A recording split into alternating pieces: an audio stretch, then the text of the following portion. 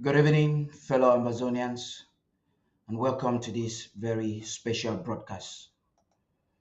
Tonight, we shed light on a heartbreaking and horrifying tragedy that unfolded in the early hours of yesterday morning in the heart of Ambazonia.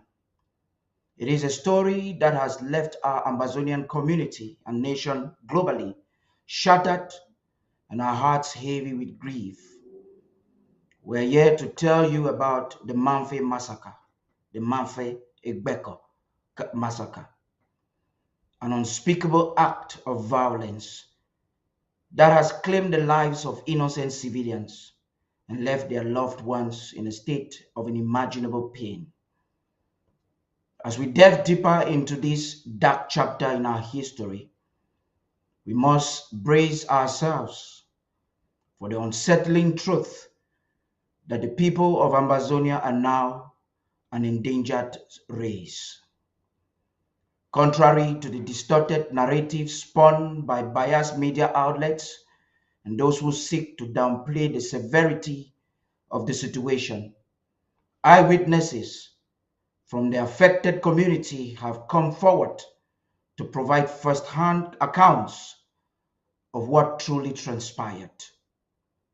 These accounts paint a chilling picture of a colonial military led by the oppressive ruler Paul Biya, disguising themselves in civilian attire and launching a merciless raid on the peaceful area of Egbekaw in Manfe local government area. The details are heart-wrenching and difficult to bear. Innocent civilians, men, women, and even children were forced from their homes and dragged into a nightmare they never saw coming. The very individuals entrusted or supposedly entrusted to protect them decided to betray their duty and open fire on these unsuspecting victims. The flames of devastation consumed their homes, leaving a scene of utter despair in their wake. Initial reports spoke of the discovery of over 30 bodies, but the harsh reality is that far more haunting. Our sources, braving the risk to their own safety, have now confirmed that over 50 bodies have been identified so far. And yet, amidst this sea of grief, there is a chilling fear that more victims may remain unidentified, their bodies burned beyond recognition. Tonight, we stand united as Ambazonians to honor the memory of those who lost their lives in this senseless act of violence. We mourn with their families and friends who now bear a burden no one should ever have to endure. We demand justice for the fallen, and we refuse to let their sacrifice be forgotten. The president of Ambazonia, President Sako, is here tonight to take questions. But before we even get into that, join us tonight as we confront the harsh reality of what we describe as the Holocaust in Ambazonia. We believe that in spite of the scheme to annihilate us as a people, through our collective voices and unwavering determination, we will expose the truth that has been hidden for so long and fight for the future of our endangered race. We'll be back after this report from Undaunted to take the first questions from the president. Stay tuned.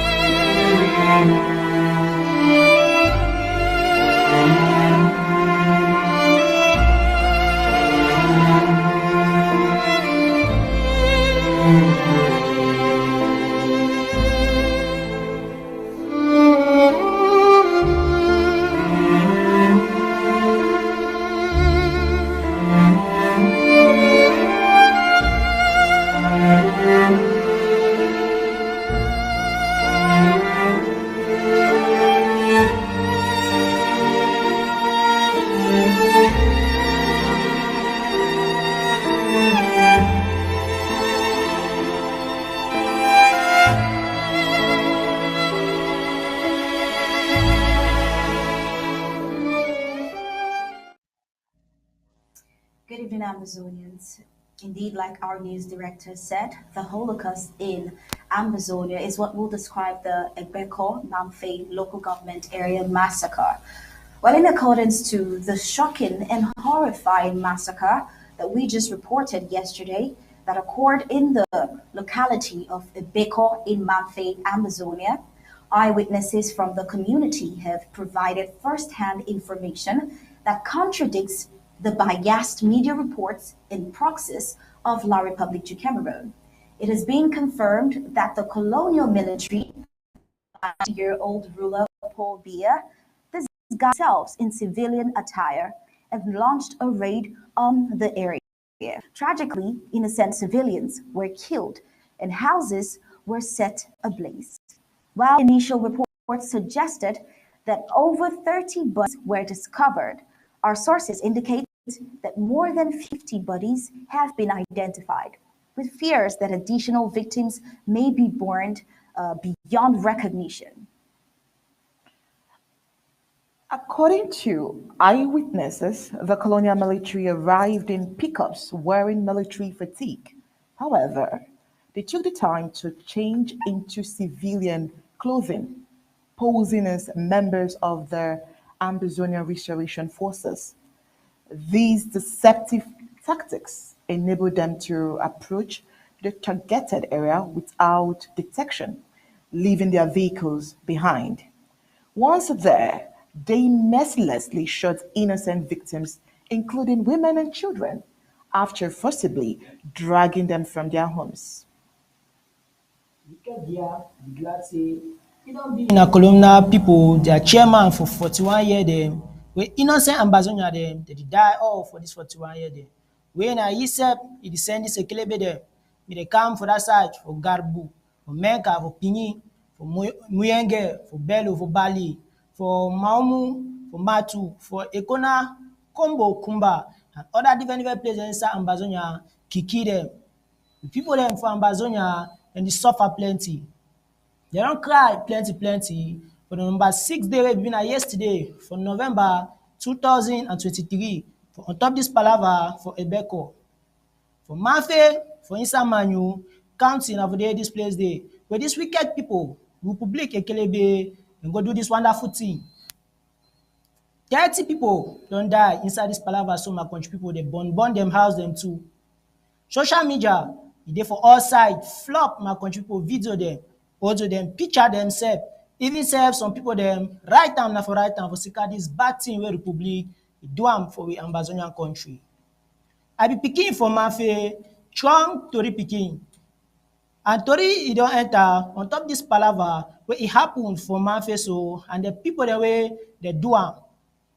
Them hold some meeting for Janda Brigade for corner Ekpogo River with the Lieutenant Colonel, Mayor, Chairman for Gendarme, for Gendarme for that side for Mafia, Police Commissioner with the other for that CPDM, their kind of group, serve their SDO, he handed it. Now Republic Ekelebe them for Kumba and someone then too where them come out for that side for Bamda do this bad work. Wanna see and so country people. See we make before them do this thing so na say them be one skill with Ambazonia struggle. As way them use this palaver so and the day inside for cause problem because they why use palaver way they between this Egbekaw people them with the Mafe people them for Fufu people saying that they reason this way palaver the day inside these people then so for that side for Egbekaw. As if this gruesome act is only happening for the first time. Sadly, before now, the colonial La Republic forces have committed such heinous acts in Ngabor, Menka, Pinyin, Muyenge, Bello, Bali, Maumu, Mautu, Ekona, Kumbo, Kumba, name it, and now in Egbekaw.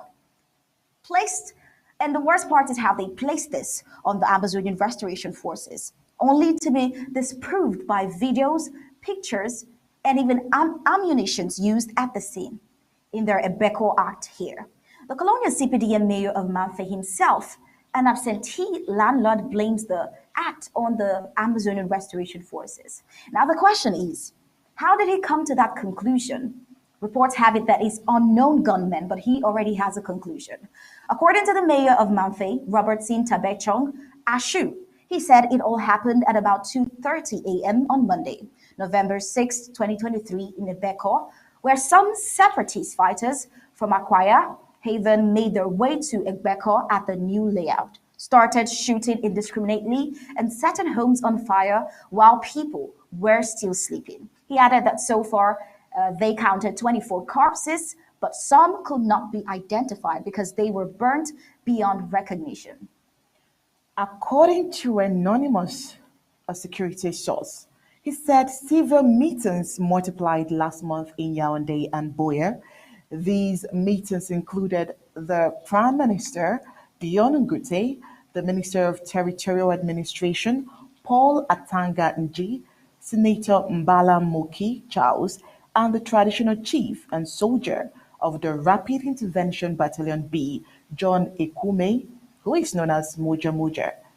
The aim of these conclaves was to recruit and arm groups of thugs for punitive operations against the English-speaking people of Ambazonia, who are still loyal to the liberation struggle of the southern Cameroon's Ambazonia. Now ask yourself, if the La République du Cameroon Republican Army and the elite force, the Bees, with sophisticated weaponry and armory, can't fight the Ambazonian people, is it the civilian vigilante who can't even do anything? Are they the ones who can now fight? Now, remember the recent xenophobic outings of Mbalamoki and the sadist Moja Moja. Public blood-sucking governor, dem dey glad for poor Bia if 41 year dem for continue for cry die wey e dey happen for innocent blood for dat side for Ambazonia. Na why dat way the rich Yaoundé governor no fit even give 1 minute for quiet for dis cry die pipo, and dis pipo wey dey die as wey dey die na yesterday. Sika say the innocent pipo dem wey dem dey kill am all time na just common cockroach, fly, rat and dog dem for the blood for Ambazonia no even mean anything or e no mean nothing for dis republic governor dem. The key like 30,000 Cameroon people dem, but poor Bia and the woman bin joker the chop cake anyhow way dem like am. Even comot announcement wey dey fit announce, they no announce am. No even self sorry talk, they no send am for Cameroon people dem. If this palava bin happen so na for Mukala man in country, poor Bia for already send sorry talk even with like $1 million when na Mukala man in money for talk sorry for these people dem. Well, all this lack of concerns for La République slaves, called Anglophones in La République, speak volumes that Ambazonians are gone and gone for good. In the Bankolo man-made floods in Yaoundé, the Rogue Republic showed concerns by dispatching colonial ministers and Bia's son to the scene. But for Gambo and Menka and Pinyin, Muyenge, Bello, Bali, Malmu, Mautu, Ekona, Kumbo, Kumba, and many more. Victims are deemed to them like cockroaches, as they said, like flies, rats, and dogs.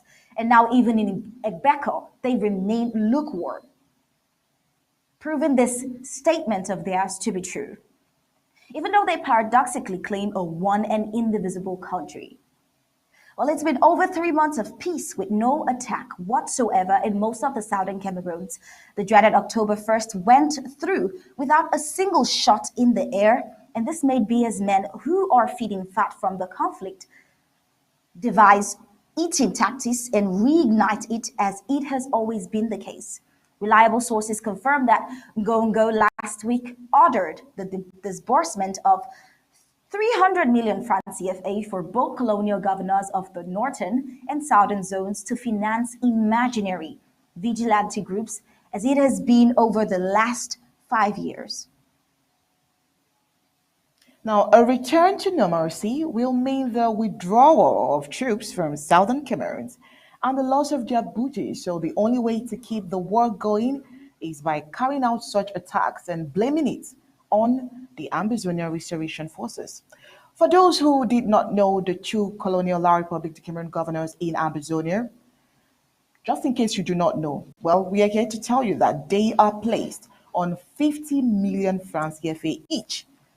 And what's that for? It is for war allowances. And so when the fire is not burning, they ignite it, as they have just done in Egbekaw, to keep Yaoundé on its nerves, for the money to just continue flowing.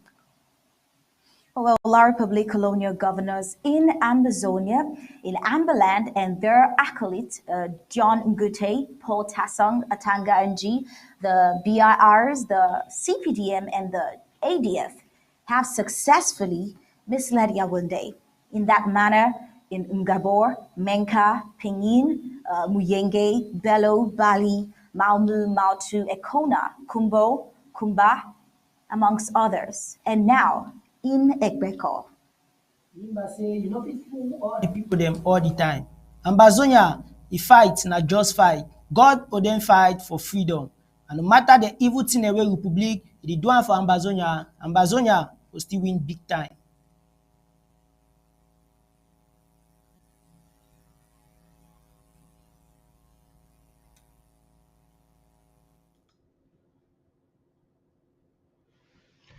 Thank you very much, Undaunted, for that exceptional report there. I believe this will give to us the groundwork or the framework for the president to now take some questions. We'll be back with you any moment from now to in case of any updates we need. Mr. President, good evening and welcome. Thank you for always opting to serve your people. Good evening and welcome. Yeah, thank you, Paddy. Thank you, fellow Ambazonians. Thank you, well wishers, and everyone that is tuned now. Yes. Thank you very much, Mr. President.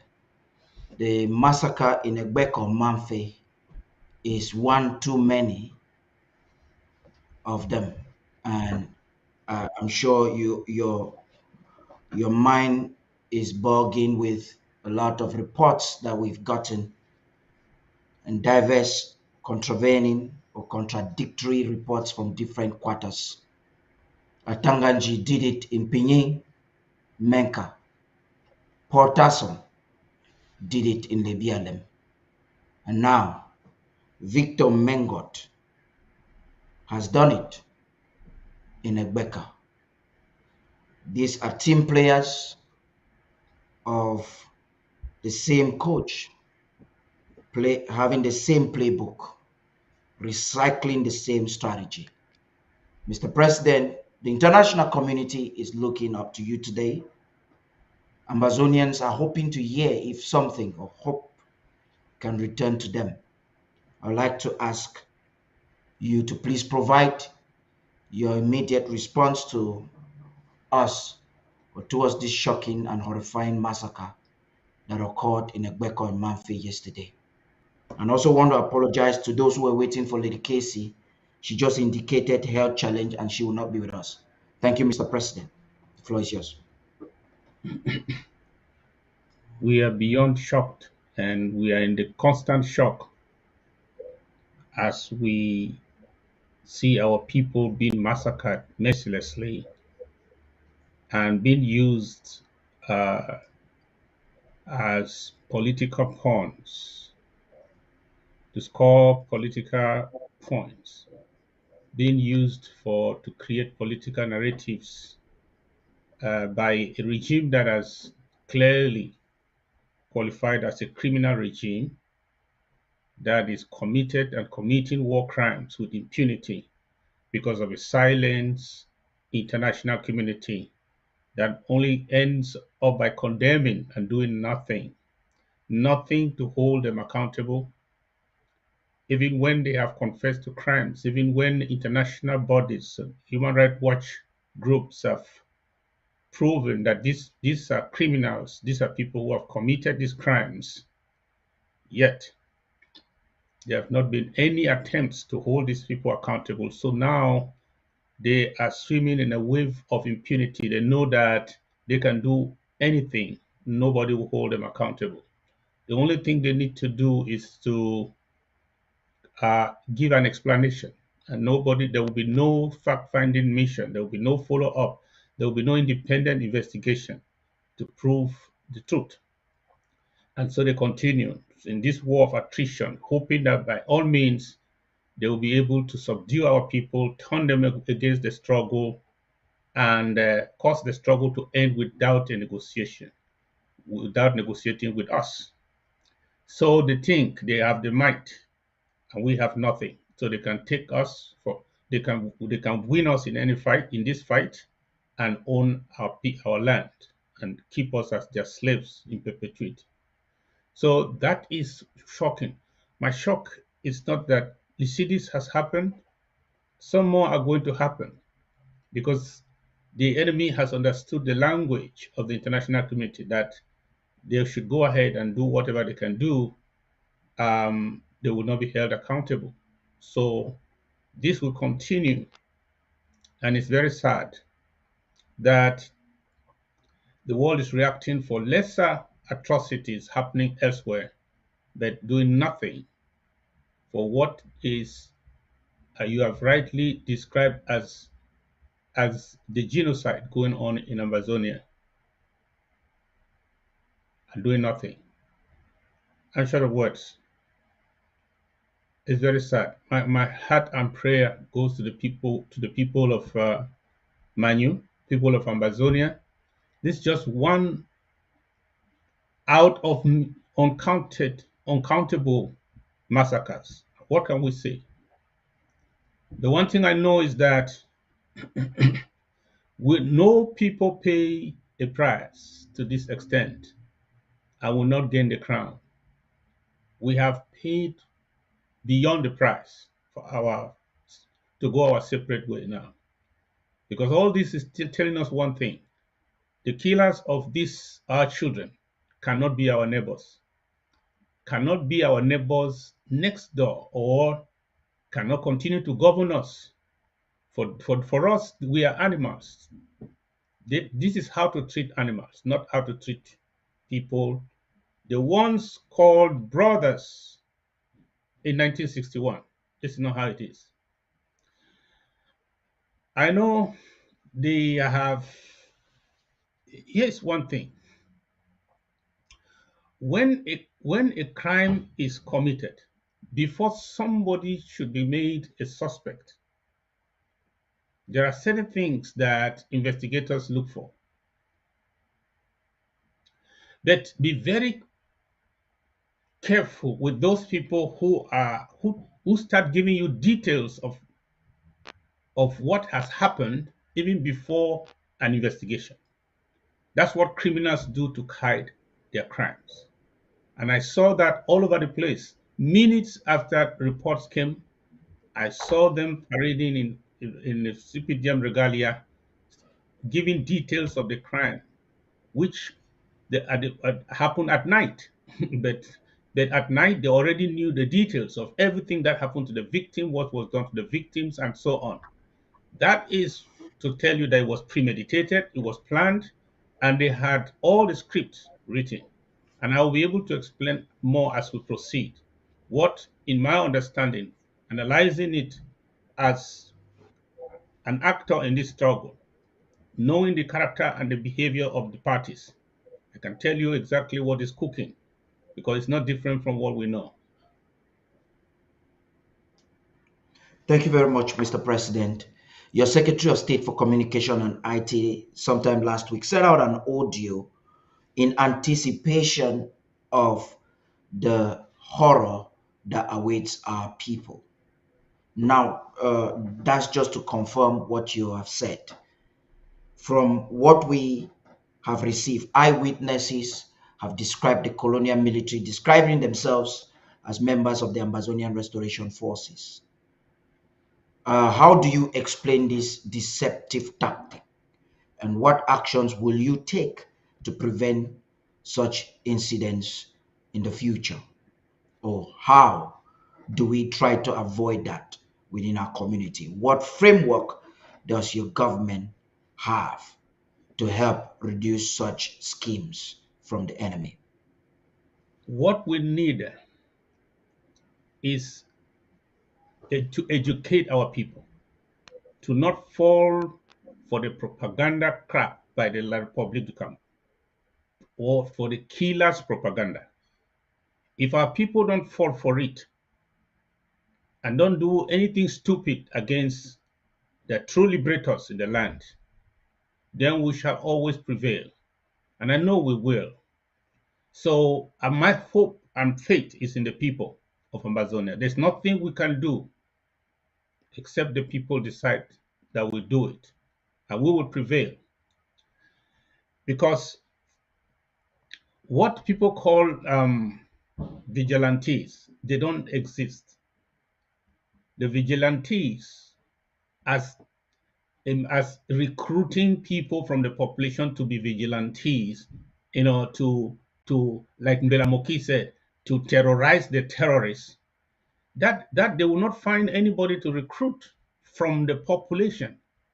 These are actually BIR trained operatives, soldiers who put off their uniform and parade like Moja Moja, and you see all the guys walking around with him. Those are soldiers of La République du Cameroon, terrorist soldiers who will simply put up their uniforms and work in what is called a special operations unit. And then because they now appear in mufti, in civilian attires, they can enter anywhere and operate and come out and put the blame on the Ambazonians as Ambazonian forces. The only way they can recruit is to go to DDR and get some few people there that they manipulated and they deceived and took to DDR who are from that area, from a particular area, then bring together the special forces from the BIR, put off their uniforms and send them there, and they say vigilantes. No, when you get vigilante, even their so-called mass recruitment of people, it's not easy for them to get our people to be recruited. So where are they when they say they want to recruit for people to fight the Ambazonians? Where do they get them? They don't. They are only. This is just what they do. They buy. They get their soldiers to put off their uniforms, to put on civilian attires, mix them up with some DDR confused individuals who were deceived to surrender, and then they go out there and commit these atrocities. One thing to answer the question, we cannot stop this because you cannot change the enemy. But you can decide how to react to what the enemy does. So we cannot stop it. The only thing we have to do is to tell the truth when it happens, and before it happens. Anytime we have intelligence, to share that information with all, especially with the international community and with our people, so that they are aware. But we cannot stop the enemy, because in a war like this, that is the strategy the enemy has chosen. The enemy has simply realized that they cannot win us even in a conventional war. They cannot even crush us as they hoped to do maybe some 5 years ago. So right now they have decided to do everything to make their soldiers mimic Ambazonia Restoration Forces, go into the population and continue to double down in the massacres, with massacres, to torment our people, so that our people should be so feel the pain and be so weary of this struggle, and maybe be forced to collaborate with them by fear, because the population has refused to collaborate with their killers. Now the killers have turned around to kill them. And let me tell you that in Yaoundé, when they look at everyone across the Mungo, across Matazem, in Ambazonia, what all they see is a terrorist. All they see is a terrorist. All we are some privileged terrorists and non-privileged terrorists. All of us are terrorists. So when Belamoki says, let us go and terrorize the terrorists, it actually means let us go to everywhere where there are people where there are still Ambazonians around, indicating that there are many terrorists there. So let's go and kill indiscriminately. And look, let me tell you this. If if before somebody is a suspect, he must have a motive. What is the motive here? When, and also he must have a history. What is the history here? When have we, as Ambazonia Restoration Forces, gone to a community because of any reason and open fire indiscriminately and kill scores of people for whatever reason? Just name me one. No, that's not our history. That's not how we have operated. Those boys have operated. I give you an example of Mbalangi. Only last 2 years, when that community, a certain CPDM leader there, turned in the general from that area, and the general was arrested and killed. The Ambazonian general was arrested and killed by that community. That is heinous. That was terrible. It was expected that when Ambazonian Restoration Forces came to that village, they were going to wipe down everybody, right? Wipe out everybody to teach them a lesson, right? But check, go back to your internet, your history, you will see that is not what our Ambazonian Restoration Forces did. Even in the height of their disappointment with that community, they came to that village, arrested members of that village. They were looking for the ringleader who mobilized the village against their person. They took that one captive, took the villagers, put them on camera, caused them to renounce their stance against the struggle, and let them go. I mean, the village that killed their general, they let them go. Let anyone go and investigate and tell me that that was not the case. Then which other example can you show me when our Ambazonia Restoration Forces went to any village for whatever reason, in the cover of night, took a gun and started shooting everybody indiscriminately? And you go, okay, when did we do that? And what do you think is the motive? The only motive here is not to win the struggle, is to turn the people against the struggle. And who has that motive? It's not Ambazonia Restoration Forces. It's not the Ambazonian government.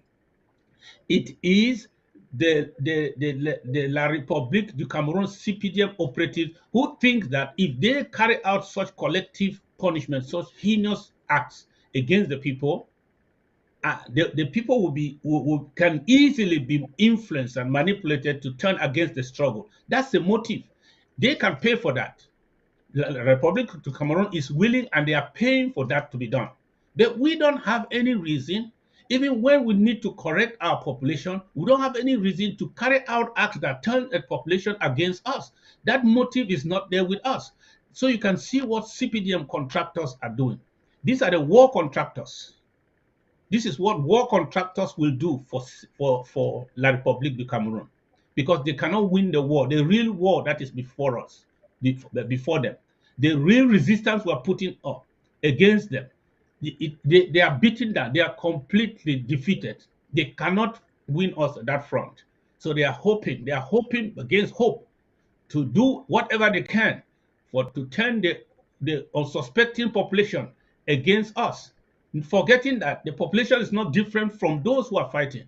And if those who are fighting are from among the population, how can they take a gun and kill people indiscriminately without thinking that our own relatives might be there? My brother, my sister can be there. My friend can be there. My classmate, my pastor, my teacher, the other person might be there. The only people who don't think who can kill indiscriminately and don't care about who can be there among the crowd are people who see all of us as the same. But our fighters don't see our fighters. They know that is our family. That is their family. That's even they are accusing them that they're even giving them food and helping them. These are not the people who will come in the cover of night and kill everybody, irrespective of who is hit by the bullet. The only people who do that are people who have a collective hatred for us. And our Ambazonia Restoration Forces don't have collective hatred for their own people. No, the only people who do that are the people, the Betty Bulu paid killers in bills in civilian attire, who look at all of us as as the same and are ready to kill us in one brush. Thank you very much for that elaborate response there, Mr. President. Before I get into that video you have just mentioned, which is a clear evidence of Cameroon plotting to ignite, or Cameroon proxies and enablers, or CPDM loyalists plotting to ignite xenophobia in Ambazonia. I would like to follow up with what you said. You are speaking about the Ambazonian Restoration Forces with a lot of confidence. And I want to ask you, based on the strategy I know you created, that is what we commonly call the Amber Peace Plan, do you think that uh, a rightful enforcement of this strategy can help reduce the communities as they protect themselves against this ongoing genocide? Yes, the APP plan was basically to mobilize our people, community by community, to increase participation from the diaspora to the local population. And these are people that know themselves, they know their people, and they know their environment. And they are directly affected by the things that happen in those areas. So for that reason, we knew that this arrangement will bring greater efficiency in the use of our resources, and we'll be able to respond to the issues uh, because they are not the same. We are not affected the same in the same manner in every area. So the people of that area can sit down and make decisions to respond in real time to the specific realities in their area or local government areas. I believe that this is the strategy that has kept the struggle up to this time. Because if not, if it was just one little nucleus somewhere at the top, you can see how many times they have been able to corrupt a group of people, a handful of people, and carry them, take them astray, and completely abandon the struggle and to collapse. So now it has we have made it difficult, and I believe that this is the way to go. We have to strengthen our edges. When there is collective punishment, it's expected, like now, that the people should come together. The war that is that has destroyed our people, destroying our communities, and killing our people at random. I mean, indiscriminately. Did not discriminate. They did not discriminate who is CPDM and who is not CPDM, who is from Manu and who is from Meme. Who was it? No, they did not discriminate. They just kill all of us. This calls for the unity of the people of Ambazonia, anywhere we are, that we have all been targeted for to be killed by La Republic without discrimination. For them, we are all the same and we deserve to be killed.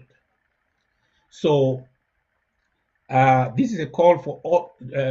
I'm sending to all those who are standing by the fence and saying that una thing, concern. When the enemy put up their strategy to come and to massacre 50 people, you think they had their names written down, given to them that these are the 50 people you're going to kill? No, they simply came. They say anywhere here is good, and anyone here is a criminal. Kill all of them. Kill all of them. They are terrorists. All the 9 years, 5 years old, just kill all of them. They are terrorists. So if the enemy does not discriminate, therefore we are one in this struggle, and we should be one. We have been targeted to die the same death. Let's fight like one man. I call on all Manu citizens from Manu, of Ambazonia, wherever you are. If you have heard the lie from the colonial mayor, also hear my voice to tell you that the enemy does not make a difference between you and I. If we don't work together right now to put our to get our act together and do the things we need to do to give our people the minimum they can to defend themselves, they will continue to multiply strategies like this and just kill us because they have this interest. If they can kill all of us and own our land, it will be good news for what celebration in Yaoundé. If they can kill all of us, that will be celebrated by Yaoundé and Paris. So the only hope we have is to stop them. That's why they can buy any strategy you give to them, telling them that if you kill more people, this war shall be over, and the war will be over. We would have won. They will kill. They have no value for us. We are less than humans to them. We are less than humans. All of us are good to be killed if killing us will give them the victory they want. You know, the victory they want is not just to keep us as their slaves, but to own everything we have. So wherever you are, if you still want to have a country and you are from Manu, stop deceiving yourself that you want to be a good player with the killers of your people in Yaoundé and Etudi, trying to wear a uniform to celebrate the worst leader in the world right now. The worst leader. Biya can be voted as the worst leader in the whole world. You are celebrating his what anniversary? 40, is it 41st anniversary? Yeah, the For 40. bringing the war into your country that has killed your people, that like you cannot count. And some of you were able to go out there to say you want to celebrate his accession to power, his ascension to the throne of doom. You went to celebrate it. It's a shame and it's a disgrace. I look at those pictures and I see some people there. I was struggling to see if I can even identify something that looks like somebody I had known before. It's a disgrace. It's a disgrace. Even is that what you celebrate would tell you the values that you have as a people. We are better than this. We are better than this. So I see the only people who are celebrating at this time are people who are gaining. In this war, there are two parties. There are actors and there are contractors. The contractors are all the CPDM, all the SDOs, all the DOs, all the colonial mayors, all the colonial parliamentarians, and all the governors. These and the CPDM branch president, CPDM, blah blah CPDM. All these people are the war contractors. Those are the only people who can find a reason to celebrate at this time, when many of our people are dying of hunger, of malnutrition, of no education, of no shelter, lost everything in life, lost their home, lost their business, lost everything, and there is no hope before them.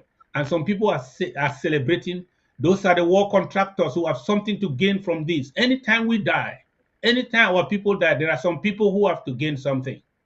These are the people who can celebrate at this time.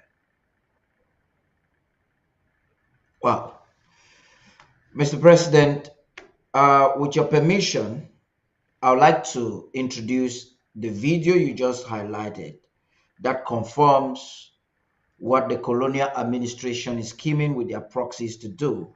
And after that, I would like you to react to it, and then we can move on. We have a long day with you today. Thank you for being patient with us.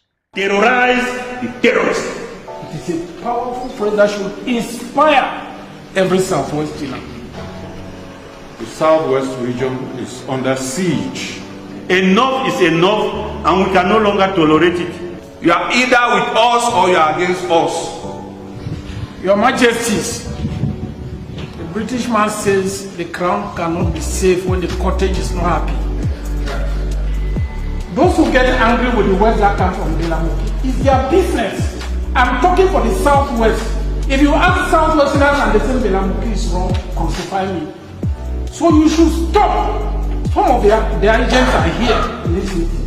Go and tell them that what Belamoki is saying is in the supreme interest of the people of the Southwest region, guided by inspiration from the one who leads this country and incarnates its institutions, the head of state. So if it hurts you, change your ways. change their way. The hostilities against the Southwest are too much. Tell those who think we are weak that we are not weak. They had sinned in the past. They will see it today and they will see it tomorrow. Tell them we stand for one and indivisible Cameroon. Tell them there's no march to Boya. As such, there's no ghost town in Boya. Tell anyone doing business in Boya, you either toe the line or you quit the line. If you close your store, we will seal it, and if I seal it, take me to the highest court. Security has a cost. You are either with us or you are against us. The time has come for people to choose their camps.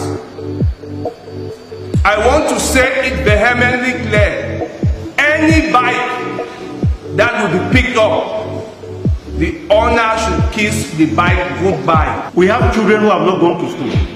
Is that normal? People who say they are fighting to liberate us, they are the same people tormenting us, refusing our children from going to school, depriving us from going to our farms. They have come to our villages, they have seized our farms, they are not our natives. We who own the land, we have been thrown out of our villages. We have been deprived from going to our farms. Our chiefs have fled their palaces because of intimidation. Well, to the Ambas, I know there are some people here who might have sympathies for them. Tell those boys and girls that the Southwest population are in no way ready to propagate evil.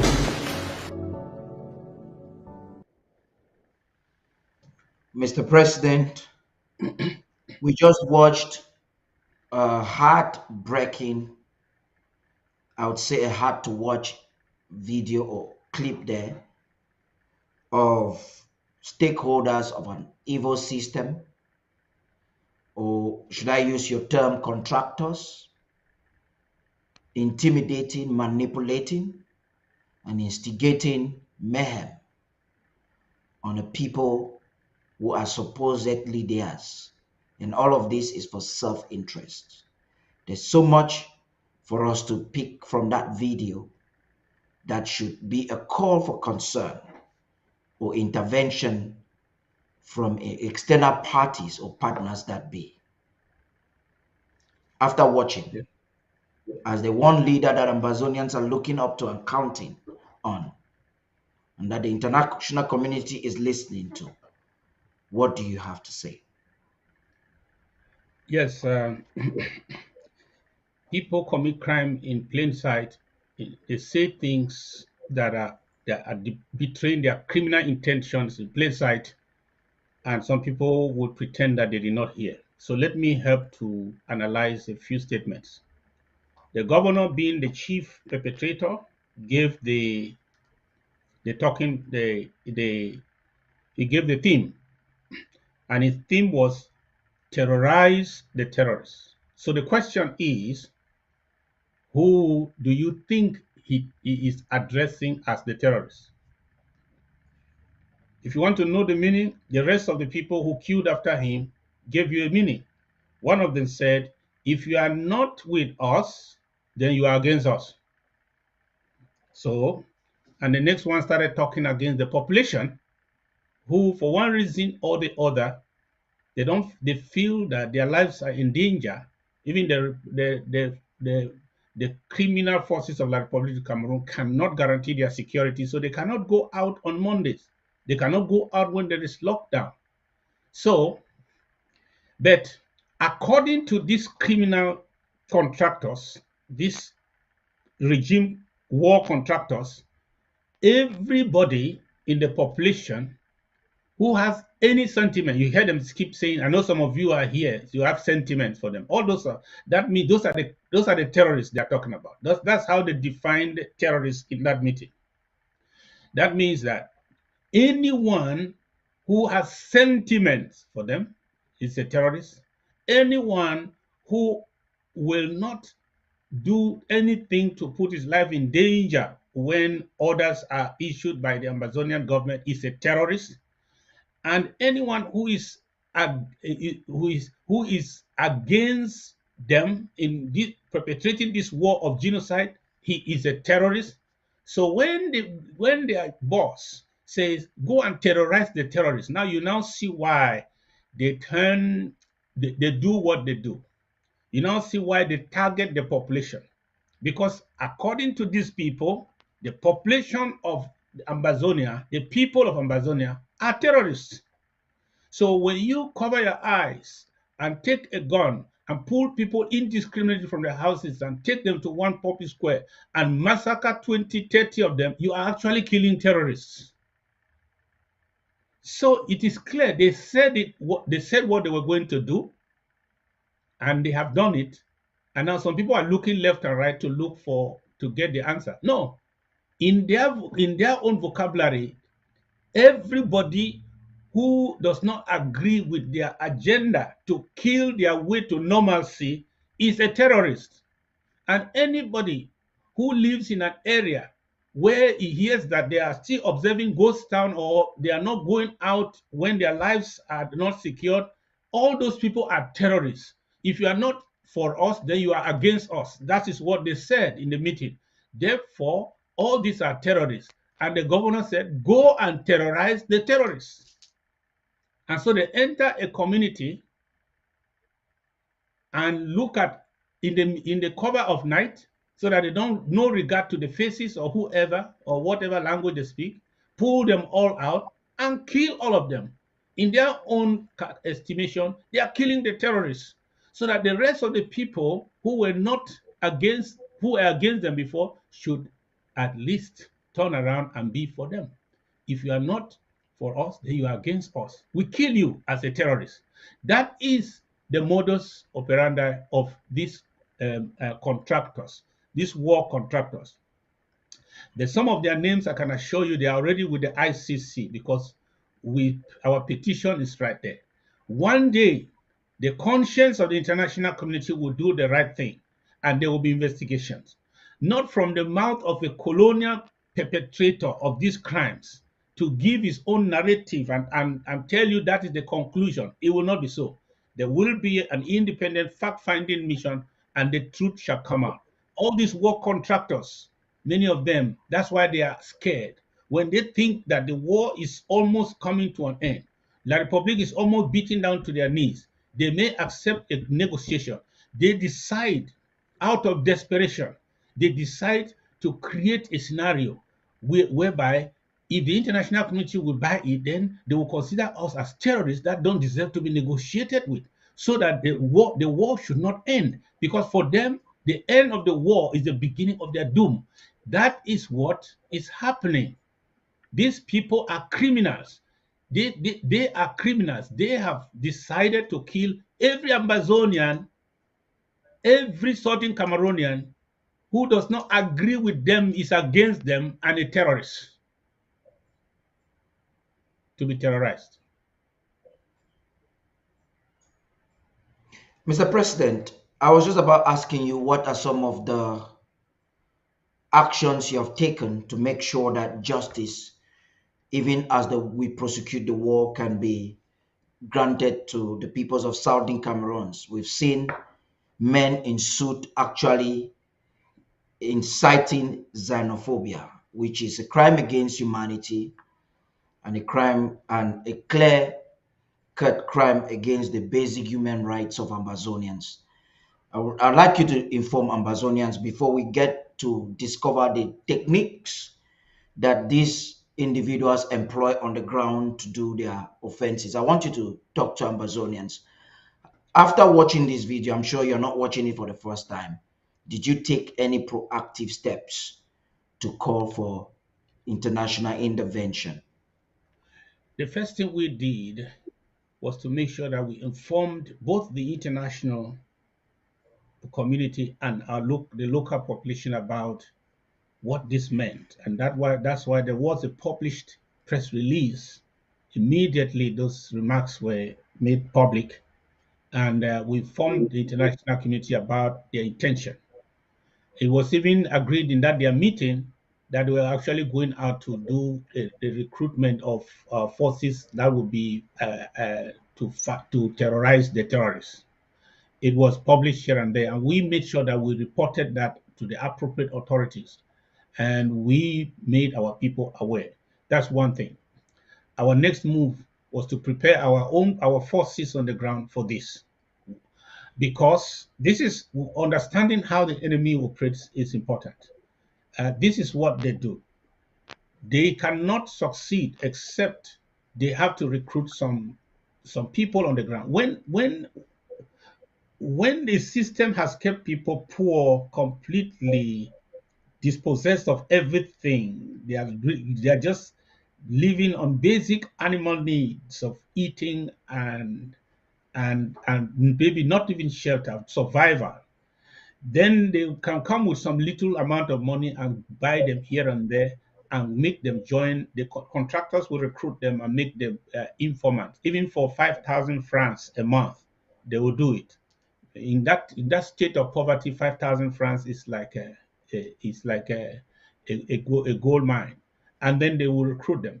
So then they will turn around and try to buy some people up with money and so on. So we try to uh, send our information to the ground, inform our people, educate our people so that they don't fall prey to that. And then they will also want to use some of that money they take as these military contractors to see how to lure some of our fighters, deceiving them that their lives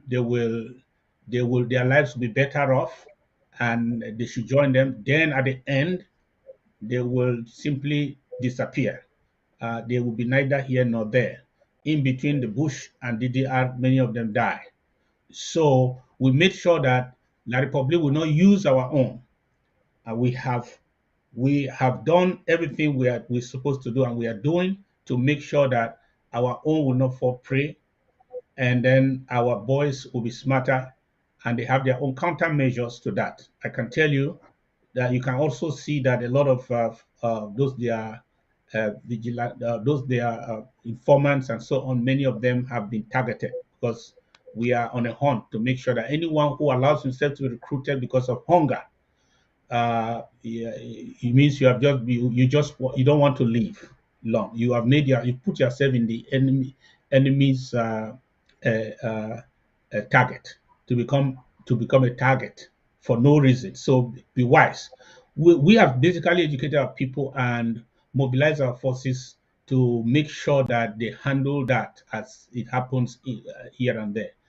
Um, but that notwithstanding, things like this do happen. This when the La Republic du Cameroon does things like this. One other characteristic you are going to see is that it happens around close to where they have their military bases. Where this thing happened in Mamfe is just about 5 minutes or so to the gendarmerie post. So they have a lot of security cover to do the things they did. Uh, Even if our forces were to come in, they were it was late because this was happening right at their nose where they had if it were not their own act, if it were from our own people, they had everything in their hands to intervene and stop us. But they would not do that because it was their own act that they were committing against the people. That's unfortunate. And just to agree with you, we saw Frank Biya proactively going to Mayo when there was a landslide in their country, just to prove that we are separate people. What they are doing is not to sympathize with the families, but on the contrary, to manipulate media rhetoric. Mr. President, I'm sure that what we've been discussing so far, there are some who might consider what we're saying as perhaps conspiracy theories, but Undaunted did homework, did some research. We will crave your indulgence as you're watching us. Just be patient as we unveil to you how CRTV loyalists operate in Ambazonia to cause mayhem like they have just done in Egbekaw. Right after that, we'll take the next set of questions with the president. Stay tuned.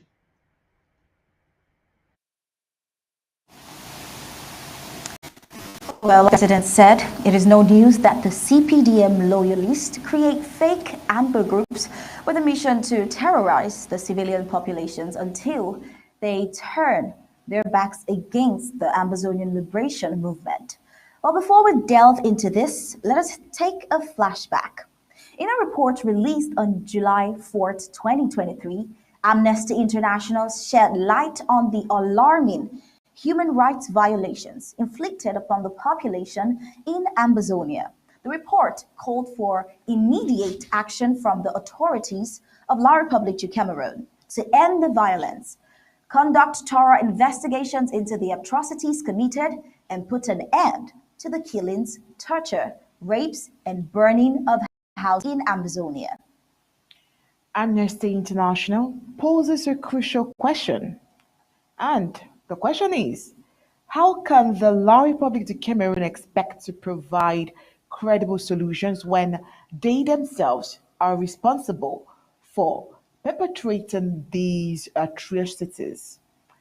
The members of the Cameroon's People's Democratic Movement (CPDM) party, particularly figures like Paul Atanganji, the colonial minister of territorial administration, and Megot Victor Are Ngongo, the colonial minister of special duties at the presidency, have covertly organized armed gangs that are accountable for the heinous witnessed in Ambazonia. Their primary objective is to undermine the trust that the population has placed in the Ambazonian Restoration Forces, the ARFs. We don't say I'm saying na two group them for wicked people them where they involved for inside this bad thing where it happen inside Ambazonia. The group them na Republic, the Ekelebe them with the counterfeit Amba people them where na CPDM and then the controller. Some bad thing too, it happened for number 18 day for October 2021 for Geze village, where like 45 people them carry all kind danger thing them go enter with them for that village. The people them be na Fulani, Hausa, with the Aku people them and Republic Ekelebe them, we then join them for do all this bad work inside this village. A story be inter Amnesty International, where na some person, where na some people dem wey some person wey be there for ground and be see how all this thing it happen, e tori am. E show say the bad people dem wey dem be carry this cutlass, stick them, spear them, be na the Republic Ekelebe them as how dem be carry gun them too, add am on top. They not only kill na 5 people them for this village, my country people them, they even burn like 13 house them all for ground. This Ekelebe them, the chakra gone off for air, chakra am anyhow, sika say na them, be recover all this place when all this thing it be happen. Well, Amnesty International's report also sheds light on severe human rights violations committed by the La Republic Defense and Security Forces in Bumi County of the Savannah Zone from the in Bakusam and Douala reveal a harrowing array of crimes, including extrajudicial killings, rapes, and other forms of sexual violence against women.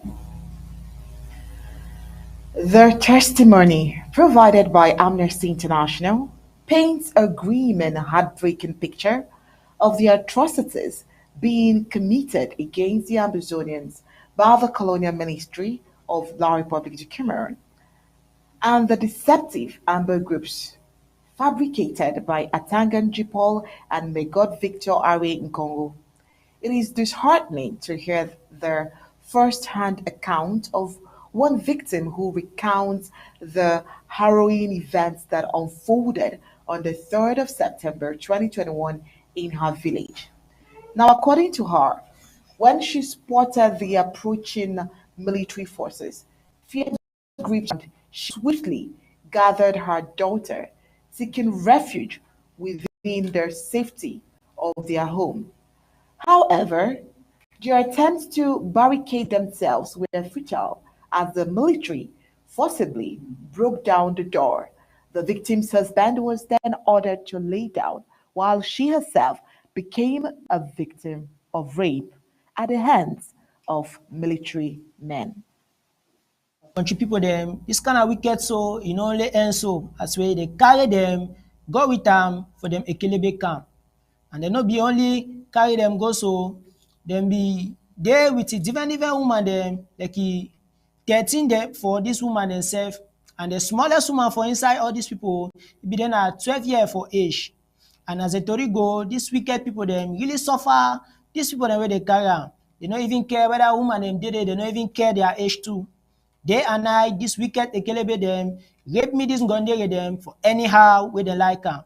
And my country pipu dem, dis kind of suffer so, e no only end na for skin. Dis kind suffer fit even make am person e hate start dey do anyhow, as wey the person go start dey think any kind of way. Dis kind of bad work for we country pipu dem so, e dey only show and e only remember we say as wey e happen for dat side for Kumba, for Meme County, the kind of bad thing dem wey dey do am for there. For number 24 day for October month for 2020, some group for thief boy dem again been disguised like Amber boy dem, then attack some school with a weapon dem, like cutlass, like gun, and different bad thing dem. And na so dem take am kill 7 innocent school pikin dem for some bad kind of way, leave like 13 people pikin themselves again for their school with big bolingo for them skin. Self-seeker fear, some pikin dem even try sef for pass na for window for run for them life. And as they do am so, my country people dem, e give them plenty wound again, add am on top that bolingo wey dem get am for their skin. Dis poor pikin dem suffer so, and dis pikin dem their age be dem na 12 years and even 14 years dem, e no even pass 14 years wey Republic dey do all dis wicked suffer so for dis we country people dem. Well, in the wake of Mengot Victor Arun Congo's presence in Mamfe, it tragically coincides with a horrific massacre. Over 20 individuals, including children, were brutally murdered, and the assailants callously incinerated homes in the Egbekaw neighborhood. The alarming frequency of such incidents cannot be dismissed as mere happenstance. It is disturbing to realize that these valuable Ambazonians are caught in a vicious circle of violence perpetrated by both the colonial ministry and the fabricated Amber Boys.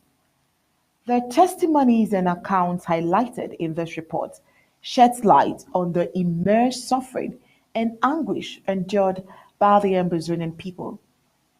It is imperative that swift and decisive action is taken to put an end to these brutalities and ensure the safety and well being of the Ambazonian population.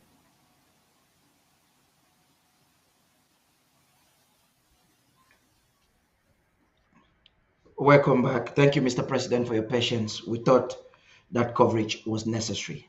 Maybe you want to react before we continue. That's the one thing I want us to know that is that if La République du Cameroon went to Gabon and killed 23 people in uniform, innocent people, and tried to deny it, and later on when the evidence were coming in, they decided they accepted it. And today we don't know what has happened to the perpetrators. If they can commit these heinous crimes, when they went to Pinyin, they were in uniform. When they went to Ekona, they were in uniform. All those atrocities. Then you can imagine when they succeed to take off their uniforms and pretend to be Ambazonians, how much killing they will do. Because doing these things in uniform is taking the responsibility for them.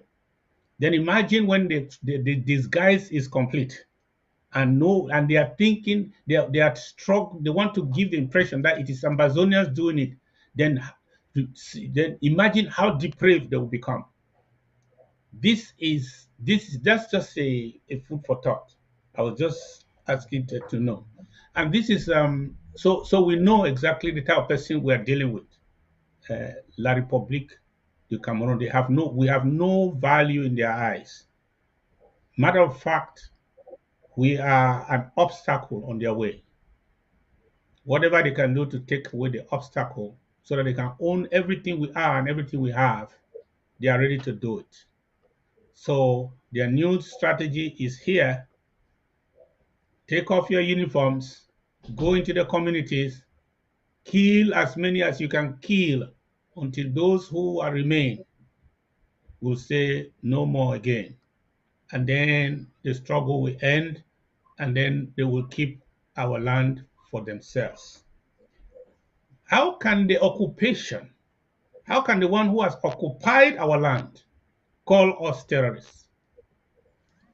You come from your own country, you come and occupy our own country and take our nation captive. You are killing us and you are calling us terrorists. That is just, it's terrible. It's mind-boggling. You burn our villages, rape our women, kill our people. Like my brother was shot on the bed, and then you go from school to school, enter houses, pull people out, massacre them, and you call us terrorists. So I just want our people to be smart and not buy the propaganda of La République du Cameroon. For La République du Cameroon to reduce themselves to this as their strategy of war is a sign that we have won them. They have lost. Because this is not the war they set themselves to fight when they declared the war in 2017. They really wanted to. But right now they are confused. They have lost it. And this will not give them victory. Because everyone lie they tell, there are many more truths that are available. The eyewitnesses cannot be denied. There's no way you can kill every Ambazonian so that you can destroy the eyewitnesses. The eyewitnesses know the truth. And I'm calling on the international community that if you are interested in the truth, you cannot rely basically on the declaration of the perpetrators. You have to set up a fact-finding mission to know the truth beyond the declarations. Who is responsible for this? And I tell you what, between us and La République du Cameroon, who do you think is against a fact-finding mission? It's La République du Cameroon. They will not even allow the Human Rights Watch organizations to, they will not even give them visas. Human Rights Watch was refused visas. International organizations are refused visas to come and see what is going on. And when they come, they restrict them in Yaoundé that they are not going anywhere. If we are the perpetrators, why are they refusing a fact-finding mission? Would it not have been easy for them to come and say, oh, these people, Amazonian government, and all these people, you are the ones we have caught you red-handed. This is the result. They are the ones to say, let them be a fact-finding mission. But they cannot, because they are prosecuting this war in a criminal manner, violating international humanitarian law, targeting civilians and killing our people indiscriminately. And so, if I talk of international fact-finding mission, they are trembling all over the place, saying, no, just take the declaration of the mayor and stop there. That is the truth about the matter. No, it's not the truth. I call on the international community to do the right thing. How many more people have to be killed before the United Nations Human Rights Committee, the United Nations Organization for Peace and Security amongst nations, do their job? It's a disgrace. It's a disgrace. And Mr. President, talking about the mayor of Manfei, that is Robinson Tabenchung Ashu, we have a video here courtesy of Mimi Mefo Info that he was saying some things quite interesting. I'm sure you would also like to react to some of the things he was saying. It's very related to what you've been talking earlier on. Let's hear him. I'm in Manfei. Today is a very sad day. This is my house. It was destroyed by Ambazonian fighters. My house was a church. My house was a market yard. My house was hospital. My house was prison yard. My house is their house. They mainly destroyed their own house. But this one is not even as important like those they have killed today in the most brutal and barbaric manner. 25 of our citizens have been roasted, shot and killed in the most bestial manner. This did not happen in Israel. This did not happen in Gaza. This happened in Manfi, where Manfi children were raped and killed. Children as young as 9 months, they were brutally killed by their own people in the name of Ambazonian fighters. This is taking us to nowhere. They burned 4 of my cars in front of my house twice. I was kidnapped, taken into the forest by my own children. They traumatized me. Later on, they kidnapped my son of 3-year-old, where he spent an appalling night in the forest, all because of money. That's not who we are. That's evil. Our hospital is gone. Our schools are gone. The Church of Nchang was burned. Reverend fathers kidnapped. Catholic Church kidnapped. The chairman of PCC, Abombo Priso of Nchang village, was buried alive. Why all of this? We are killing ourselves. We're killing ourselves. Beteme, massacre. Obonye, massacre. Bakindo, massacre. Kekukesem, massacre. In each Akwaya subdivision. Today, those that they have been killed, the highest number they are from Akwaya. Asu is in abroad, preaching Ambazonia, preaching liberation tax. Your banality of sheer evil will never deter me from my freedom, from my choice, from the party of my heart, CPDM. It is my choice, it is my right, it is my bona fide right. You can't scare me. Destroy everything. My children will never revenge. I will never avenge. I surrender everything to God and the ancestors of Manfield Central. But I think that it is high time for our children who are in the forest to know that they are wasting their time. Ambazonia is a death trap. It is sheer evil. It is scam. All what you guys enjoy now is sadistic pleasure in tormenting your own people. You see military camp, you don't go and attack military camp, you go and attack your own people. Why should you even attack military camp? Is there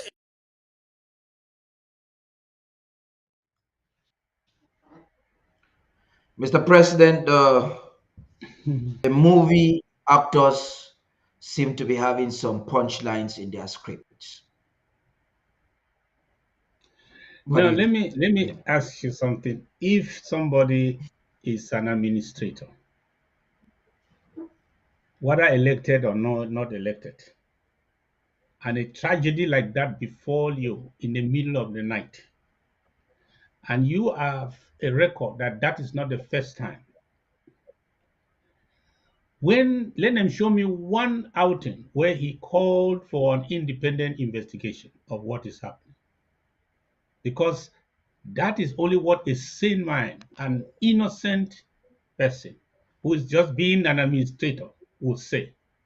Because you cannot be the victim, the investigator, and the judge of things that happen by Yeah, night, and you are not a party to these things.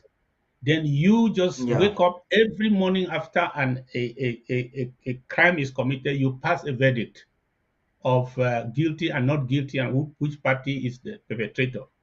No, that's a joke.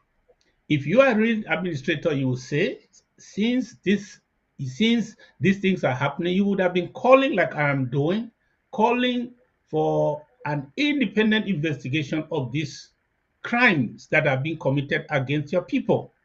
All I saw in this video is a self-promoting campaign.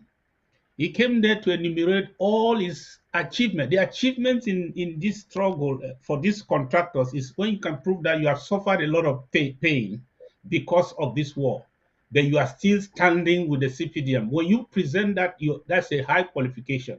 In Yaoundé, you'll be given a red carpet and you qualify for the next installment of war funds that you are going to use. He positioned himself by making it about a CPDM campaign. How can you, on the morning of a tragedy, dress yourself in a campaign style CPDM attire and go and pose Pose, go to your house, so-called, that was destroyed. Pose there with a cameraman. Try to make a publicity campaign video, politically positioning yourself, and you call that mourning with the people. No, Ashu did not go there to mourn with the people. He went to say, "Hey, Yaounde, I have delivered. You can I see am for yourself. I am a CPDM political strong leader here. You can count on me. I am right here fighting for you. These people want me to turn away from you. I cannot turn." Who told them that? What does nowhere. the killing of those people got to do with his political affiliation as a mayor? But he had to introduce that in his campaign, self-promoting campaign, to make sure that that was not talking to the people of Manu. He was actually talking to the people of Yaoundé, telling them that, I am paying such a price, so I will really need money. He is trying to audition for more money from Yaoundé. As a contractor, this is the third quarter, this is the fourth quarter. They need to give them some more money. What do they do with this money? They need to take this money and go, and they'll justify it as money they need to recruit more black legs because the war has not ended, contrary to what some people are thinking. They will need more money so that they can go and buy some more fighters and send them to DDR so that they can help. They'll say that's those are some of the things they tell Yaoundé to justify the next installment. They will need to recruit more people to put them on their payroll. They need to pay some people to post surrender. Ambazonia fighters who have surrendered. They need to also go and pay some journalists and bloggers and some activists who are doing the work for them. So these contractors, they have to make sure that they send the message to Yaoundé that our area is hot. So this is actually the script. They have produced the act to tell Yaoundé that their area is hot. The political poster boy has to go on camera and position himself as the number one CPDM supporter or pillar in Manfred Central that they should trust, because he is ready to die for this. Give me the next installment, you will see what I will do. This is what these contractors are doing. But before they can really get the attention of Yaoundé, they must pay organize with their forces in Mufti, and produce such atrocious acts in public so that people will say, Yaoundé will say, wow, it means that you really need the next installment of payment that we need to give you. There's a war economy that is flourishing. Right now, Gongo is at the head, is sharing the money, but it's only sharing according to how how it is being how the activities are being carried out. Right now, Mayor Ashu qualifies for a very huge sum of money that he will justify by saying, I have to go after them because of the. Meanwhile, they are the perpetrators, kill the people, then use their act to justify for more money to enter their pocket. Yes, that's what is going on. And just to confirm what you're saying, Mr. President, Undaunted reported this evening that at least 50 million francs CFA for an economy that is crumbling has been kept aside for each of these heads. The two governors, Lele Lafrique and Okala Bilai in our capital territory. These two colonial governors have as a standby pocket allowance to finance and orchestrate such activities like what has happened in Egbekaw. Now, Mr. President, that's not where I'm going. You're speaking with a lot of confidence, and your confidence is baffling because you are calling for an independent investigation. That's something Cameroon has never called. And we rightfully reported this evening that they will even interfere with NGOs or human rights organizations on the field, or those who are seeking to investigate and get facts of the matter. But there is a concern. We have an individual who purports as an Ambazonian. We have seen on camera. I just don't want to stream those images now to avoid YouTube blocking our images. We've already shown a lot of images today, and I'm receiving some messages. We've seen in Guzang, the ADF lawyer to Cho Ayaba in Norway behead people in Bui, and most recently in Guzang, we have seen them shoot on camera without even blindfolding them like the ISIS would do. Listening to Pastor Victor, it was clear that they are worse than even the ISIS. And they are affiliated with Ambazonia. We know that they work with Cameroon, but this individual calls himself an Ambazonian leader. He even says he's a liberator. We've seen international media jumble and bundle everything. Whatever the Tanganji boys are doing and whatever the ADF is doing, killing Ambazonians altogether. This is challenging on your decks as the president of Ambazonia. How do you intend to confront this situation in any eventuality that you're called to question? Yes, let me say that in a war situation like ours, there are contractors. As I said, contractors are on both sides, not just the La Republic side. There are also contractors on our side, whom people, those are like common criminals on our side, that anybody who has the means can reach out to and say, I give you $200, $300, go and do this for me. Can you do it? Those ones are not liberators, they are contractors. And I understand that some of our groups that started fighting, especially the one ADF you have mentioned, they started contracting for the regime. I'm not the one who says it, but we had audio recordings of their own officials and operatives talking with La Republique, the Cameroon security bosses, about disbursements and operations that they needed to carry out together. And also the investigations by international organizations that have been on the ground.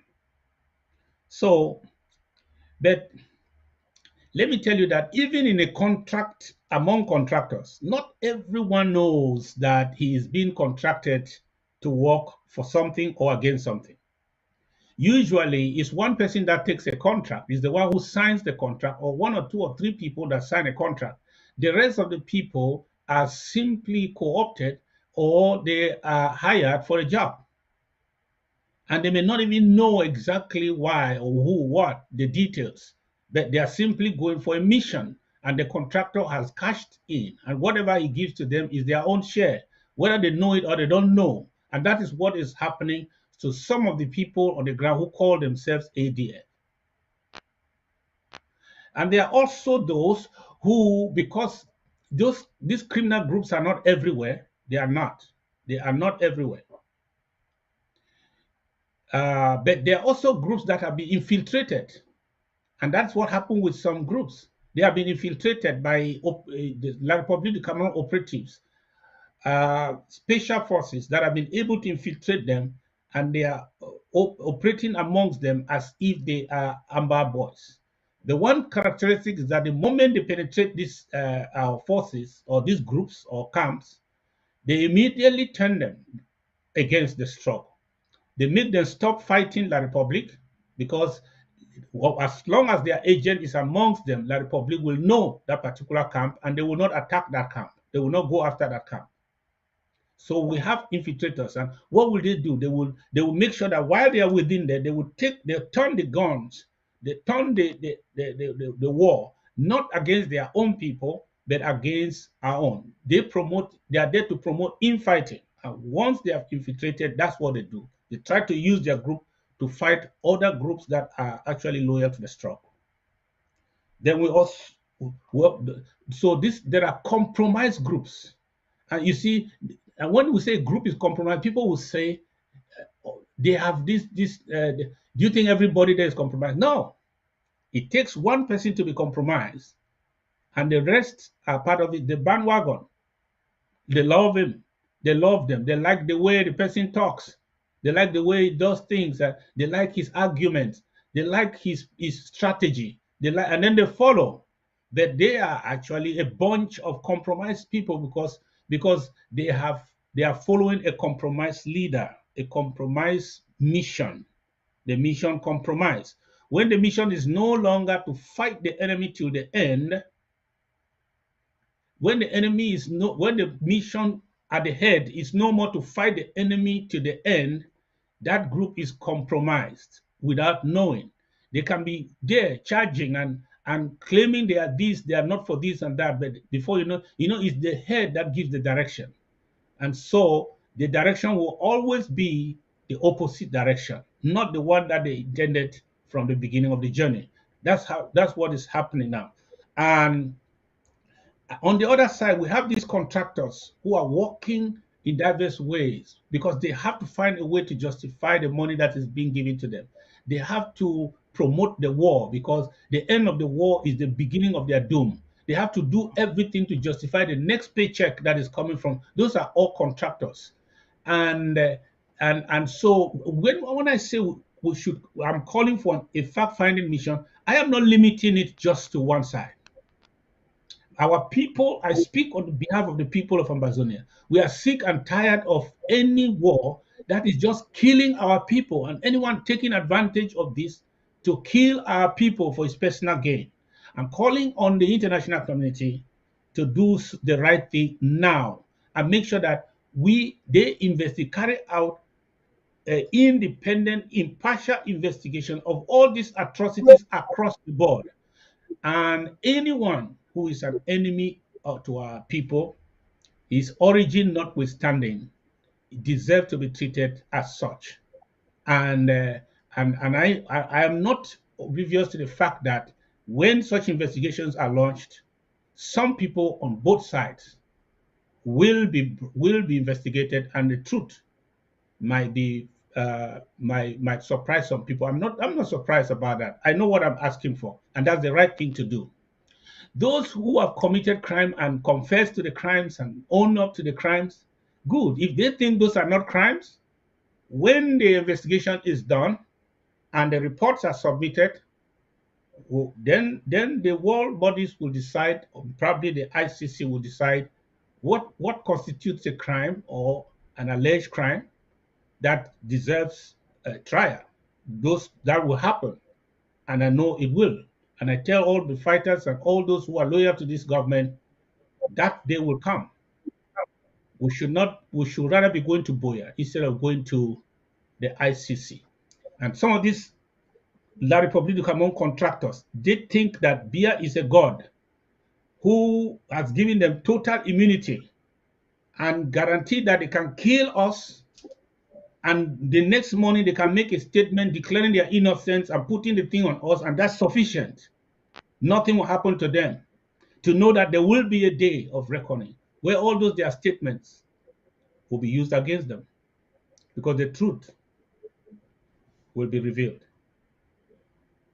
Before we get into another individual who supposedly might have been lured in ignorantly as a contractor, I'd like you to tell the Ambazonian people who are looking up to the interim government, as the war is ongoing, the contractors are still active in their assignments.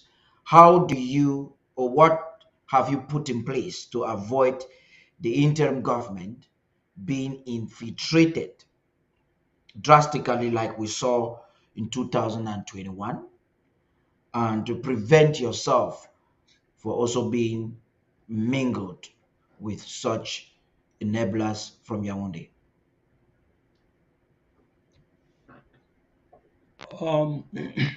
We know that, as I said, you cannot control the enemy, but you can control your reaction or what you can do, and not what the enemy will do.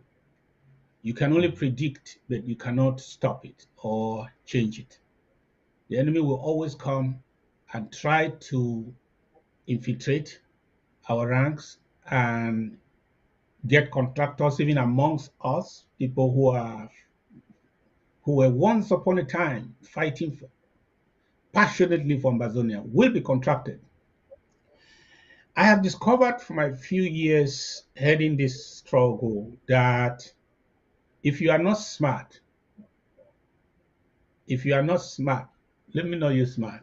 If you cannot discern very well, if you don't have the gift of discernment, you will be recruited to work even without pay by the enemy. The enemy will cunningly recruit you, and you will be thinking that you are still okay. Meanwhile, see, if the enemy can get you to do his job without pay, he will not pay you because you did it. They only come the extra mile to negotiate with you when they discover that they try to get you in cunningly to work for them unwittingly, unaware that you are actually working for them. Now they discover that you know what is happening, and now you put a price, and then they say, okay, let's give you the price. Now you are going to do this for us. But the vast majority of people, I've read books on concerning the, uh, I mean, investigative novels and like CIA operations abroad, and so some people have been recruited without them knowing. They thought they were just doing their job. They thought they were just going about their business. They became recruited. They thought they were just having a friend that is talking to them, but they were being recruited. They thought there was just a godfather, a good friend that came their way, but they were already recruited. We are going to help our people principally by educating them, because the only solution to darkness is light. And when darkness increases, we increase the light. We are going to reduce the gap that existed between us in the diaspora that were enlightened and with our able Aboriginal restoration forces on the ground that may not have been so enlightened on certain things. By reducing that gap, we'll make sure that they are enlightened, that they don't easily fall victim, that they are not easily deceived, that they recognize the right from the wrong early enough in order not to be carried away. That they make a difference between.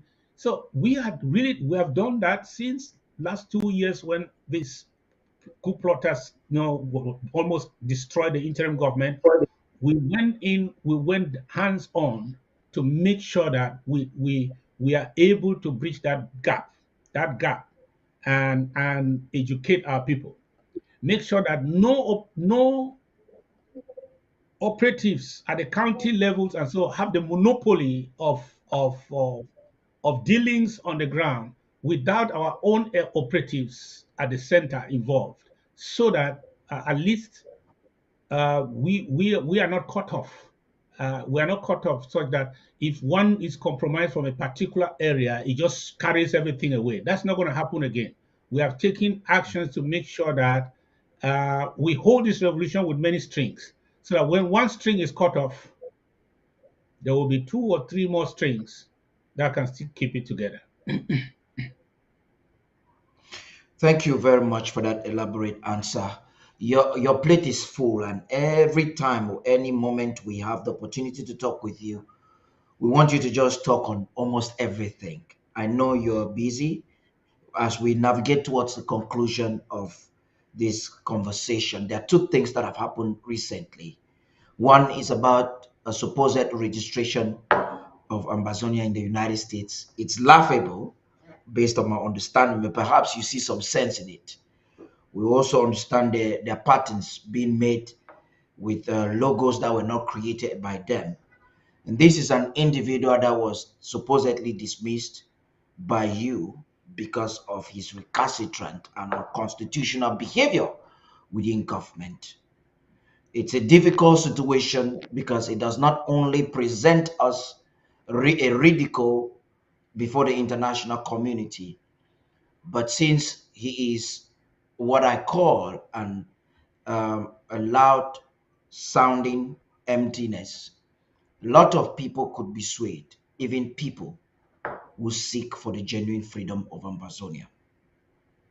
Do you have any immediate actions you intend to take to stop such actions, or maybe to advise our public. If you are asked to re-educate the Ambazonians, or I would say minority Ambazonians that have been manipulated, misinformed, or miseducated by this individual, Chris Anu to be precise, what will you tell them?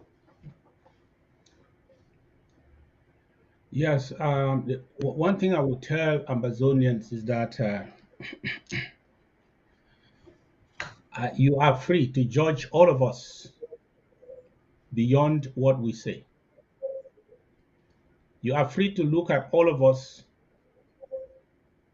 and judge our consistency, not from one action, but from all the actions we have taken from the beginning of this struggle, from the time you knew us in this struggle. Judge our consistency, our affirmations, what we affirmed yesterday and what we are affirming today. I authorize all of you to go back to my video, which I have not deleted one of them, not even one, from 2017. Just take your time and listen to us from that time to now. Judge our consistency. Anybody who has been around in this struggle has a record. And when you have a record, you don't talk. Let your record speak. So that's enough. You can only be a fool when you are falling into the same thing over and over. That's when you become a fool. There ain't no one thing, the Ambazonians are no fools. That's why I'm saying, please, please. Even the Bible said you shall know them by their fruits. The Bible did not say you shall know them by their names.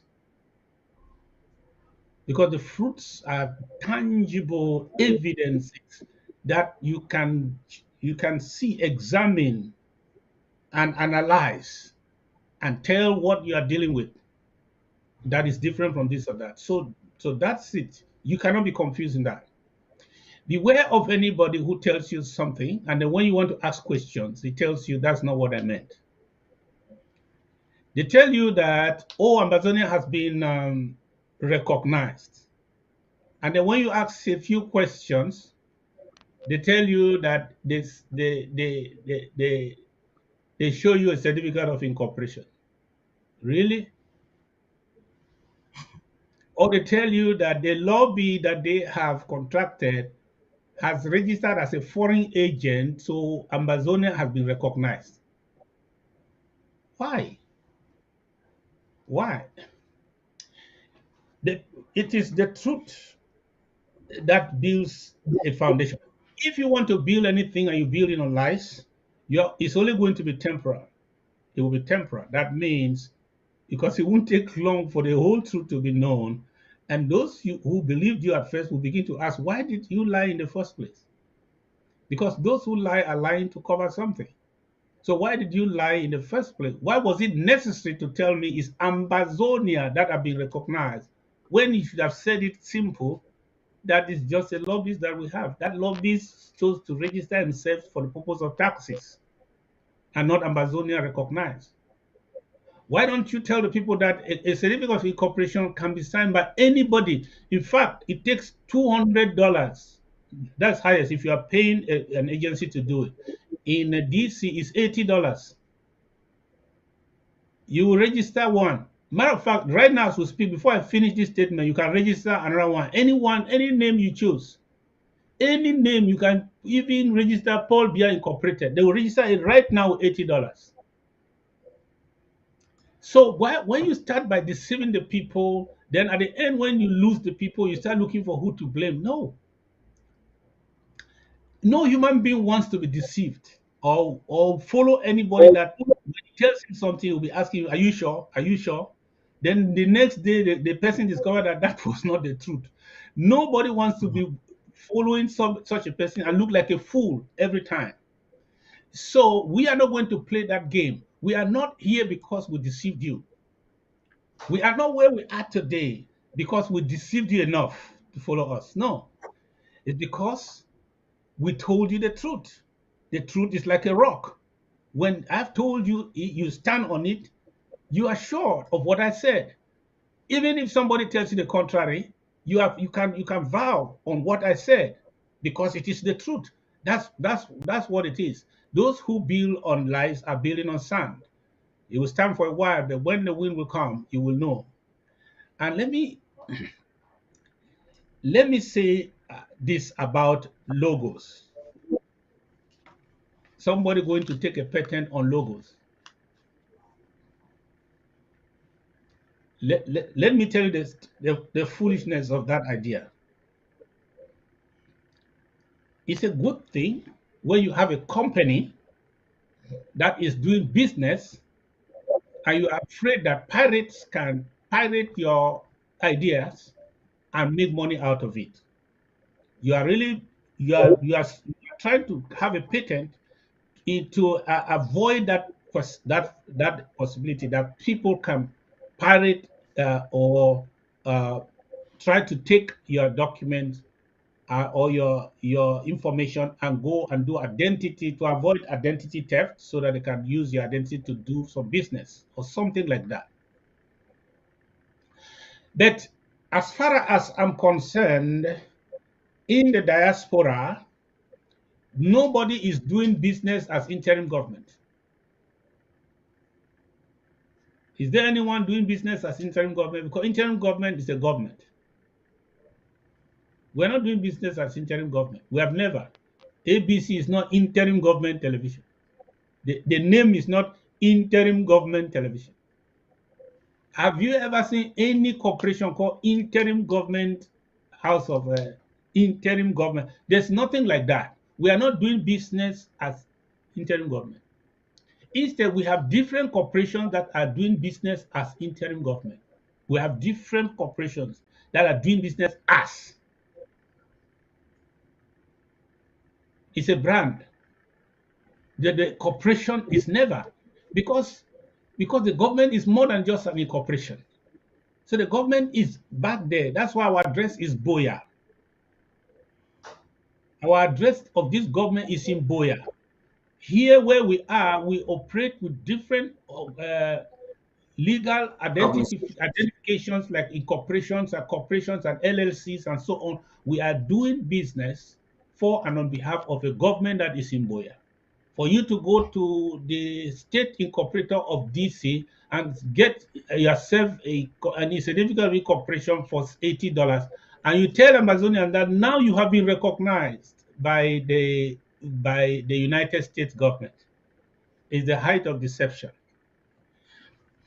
Now, However, Mr. President, I yes, just would like to follow up on that and two other things you've said so that you put them into perspective. There is no doubt that the numerous individuals, the lady in the UK, Sisiko Nkondenge, with his VP in Europe, and the man in Texas, all of them calling themselves IGs, there's no doubt that that could be ridiculous. And some, I think, are saying that perhaps he did so to stop multiplicity of that nonsense, which then on the other aspect, he would have lied so that he can be relevant to maybe generate for his faction some donation, because we made to understand that Ambazonians have literally boycotted and nobody is funding whatever he says. Would you at any point, now just to ask, consider maybe patterning as well or doing something legal that could restrict wannabes from doing the exact same thing we have seen in recent years? where we are right now in this at the stage we are right now in this revolution, where we are managing the revolution,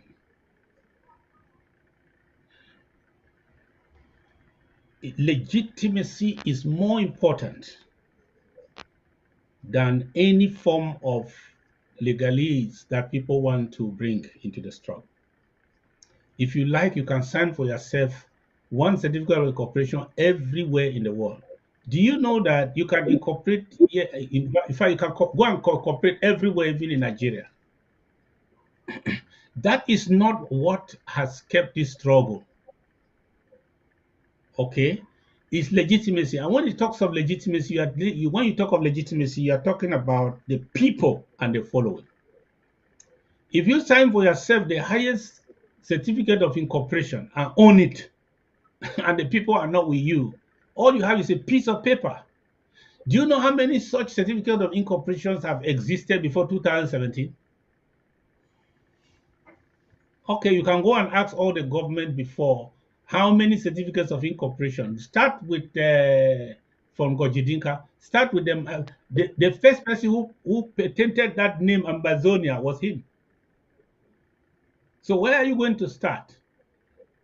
So it is not that is not what brings liberation. It's the legitimacy, because without the people, there's no revolution. And anytime you lose the people, you have lost the revolution.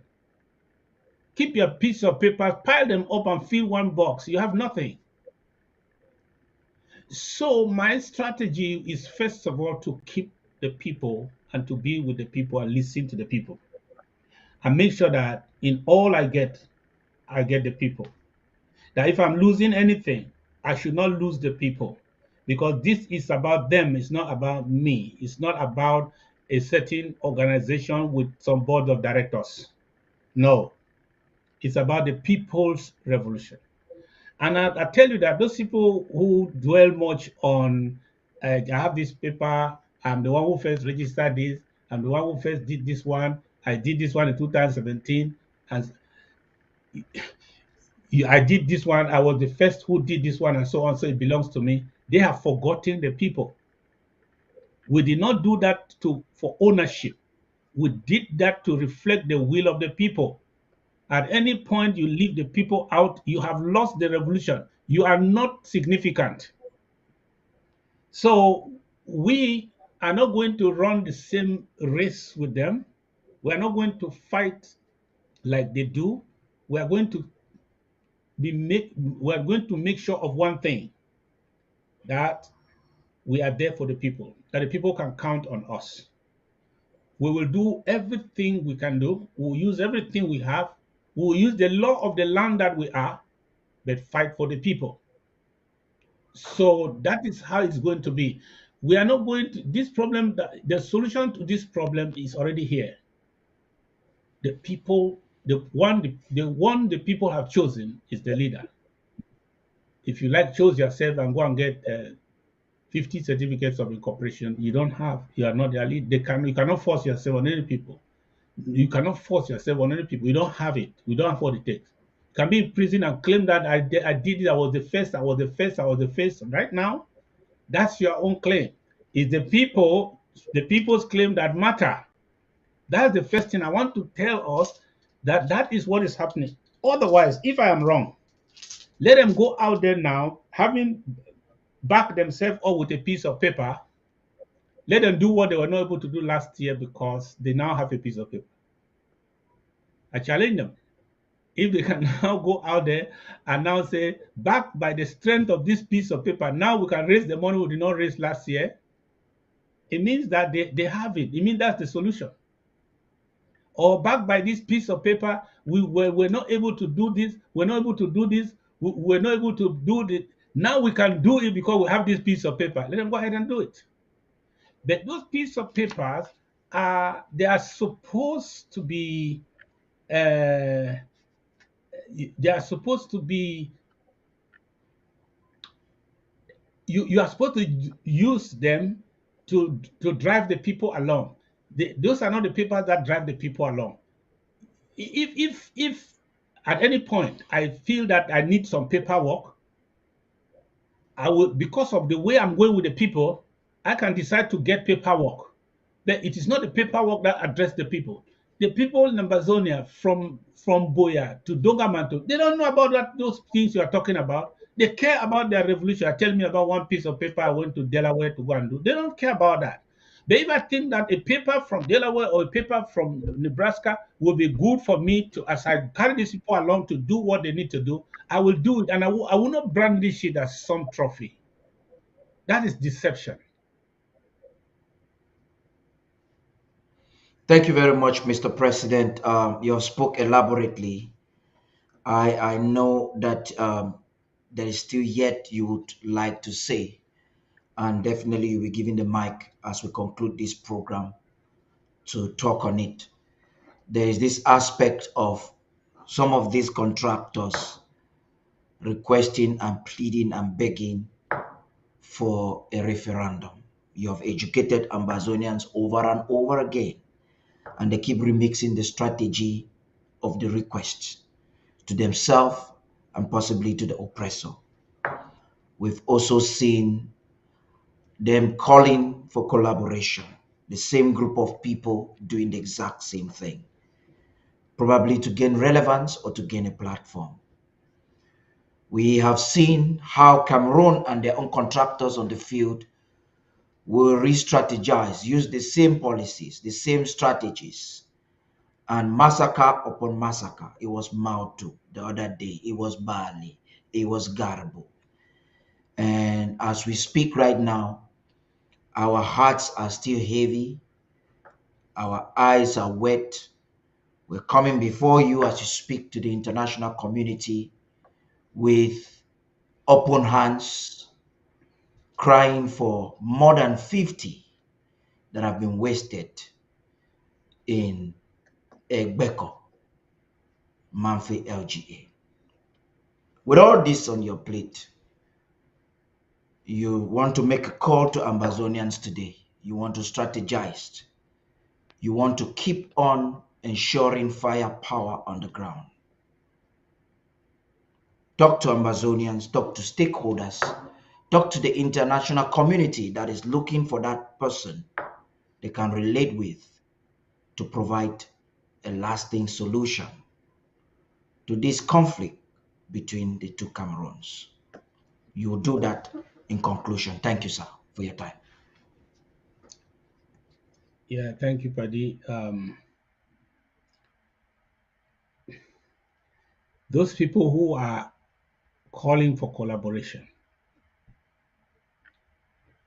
I hope it's not just a cliche, because you collaborate in doing something. You collaborate in doing. We must find something to do that we commonly agree we should do together. Then we sign on it. We sign on to do that thing. That's what is called collaboration. So those people who are at this point shouting collaboration, they want us to collaborate in doing what?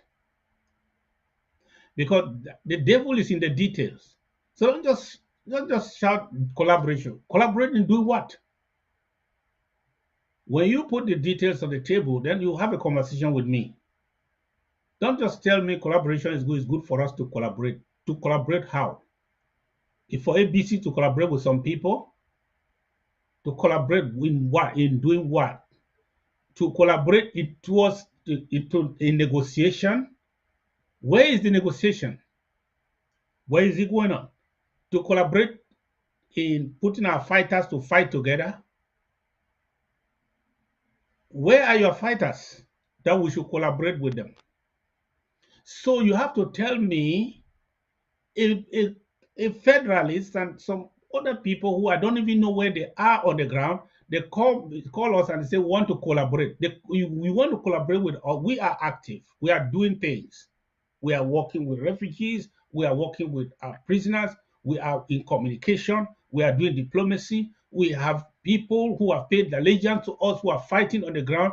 We don't know where you are. You want to collaborate with us in doing what? That's one thing. And these people who are talking about referendum, who are they? If they are on our side, if they are on the Ambazonia side, I have no response for you because you cannot offer a referendum. So I am not ready to talk referendum with any Ambazonian because you cannot offer referendum. So why am I discussing with you? This thing is more than a play or a discussion in a beer parlor. I will not talk. I will not waste my time to talk referendum with you. If truly you are on this side. If you are on the other side with La Republique, go and tell your master to propose a referendum to us, then we shall reply him. So that what all those are distractions. When you know where you are going, you will know what constitutes a direction and what constitutes a distraction, what constitutes an opportunity and what constitutes a distraction. I think after wandering on this in this wilderness for 6 years, I know where we are going. I know what constitutes a distraction and what is a real opportunity. I will not discuss that with any those political hanger-ons from Yaoundé just come and telling me things about telling me things about referendum, and then I have a discussion with them. They are not qualified to propose it to anybody. When they that are qualified, that are seated in the place of policy to make that decision, make a proposal, ask me that time. I will waste my time. I will take some time to sit down with my team and then we'll give an informed response to the proposal. So otherwise, anything happening before then is a waste of our time, a distraction indeed. Instead of us to zero down on what we have to do, whatever has gotten us to this point, that they're receiving a possibility that the international community is pressuring them to accept the common sense solution of talking with us for a solution at this time. That's what we have to do. Whatever got you to got you to get the attention, that's what we need to double down on. Not to waste our time with messengers in the corridor, while the bosses that are killing our people are in the room and they are not doing anything. They are not saying anything. They call me into discussions, wasting our time. If you have felt the pain of how many we have lost and we are losing at this time, and that the perpetrators have locked themselves in a room with nothing to propose in the form of a solution, and are calling me in corridors to come and discuss, I think that you are just helping the enemy, who is trying to create the impression that something is going on when nothing is going on, because he has one solution to kill his way to normalcy. I'm not going to help the enemy to do that. When the enemy decides, I will know, and all Ambazonians will know, that they have decided to embrace the path of that dialogue, solution through dialogue. If there's no solution through dialogue, we are condemned to do one thing, to resist until the last man standing. That's what we have to do. And that's why anyone talking about so-called referendum or whatever, but is not doing anything to enable our forces on the ground to have what they need to defend themselves and our community, those people have surrendered. They are just praying for for that we surrender to, because those people have surrendered. We have not surrendered. We are going to be that remnant that have decided that it is our assignment in this generation to liberate our people. Well, those of you in the United States of America, the freedom you are enjoying today, there was a generation that took it upon themselves and said, we will be free and we must live free. That generation has passed. Today you are enjoying that freedom. Unto us is giving that assignment, because it's falling on us, not by choice. We have to fight and put our substance on the table and put our lives on the line and do everything that is necessary. The only day we should lift up our voices, our heads, is when La République has come to their senses and they are ready to talk with us. We cannot talk to a people who are not ready to talk. Then how do you call that? It's insanity. You see somebody who is talking to somebody who is not talking to that person, and they are talking and talking, and the person is not talking. You will go with the impression that you saw one insane person talking to a normal person. We will not be insane to talk to a people who are not willing to talk to us. And they have said it publicly, they are not willing to talk to us. They said it to the Swiss, they said it to their Canadian contractors, they said it to the world. And you said the only option we have now is for us to sit in corridors and talk to each other about a certain referendum in the air? No.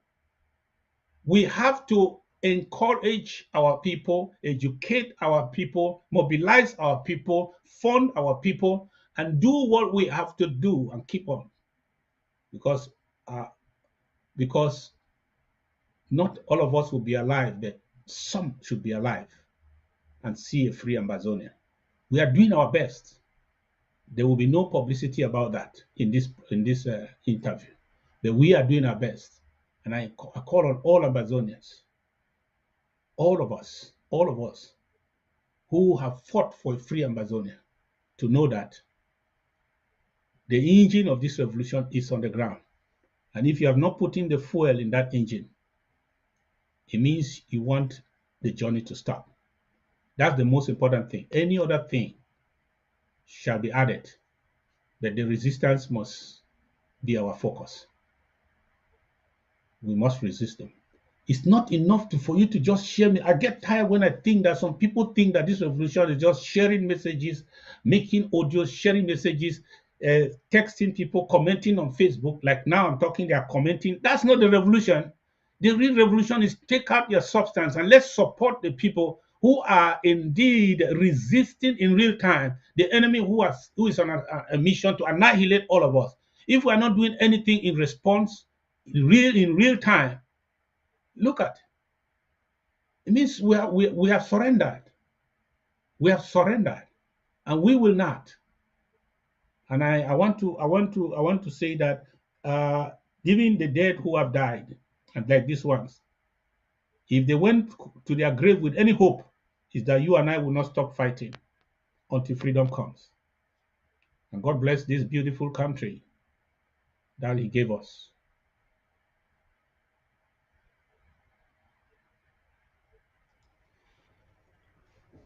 Thank you very much, Mr. President, for your time. Thank you very much for being with us tonight. Thank you for coming. We look forward to having you again. Thank you. Right after that, we'll conclude the programs you've heard from the president.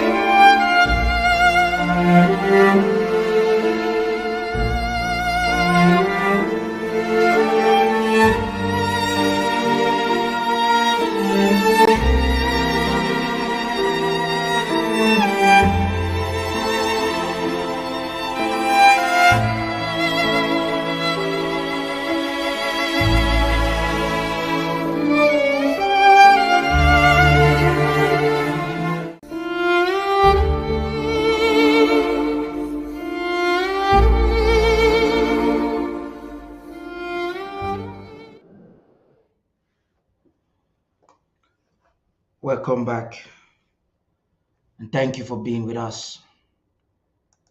Ladies and gentlemen, as we reach the end of this program today, I would like to take a moment to offer my heartfelt congratulations to our president, the president of the Federal Republic of Ambazonia, Dr. Samuel Ikome Sako, for joining us on this highly important show.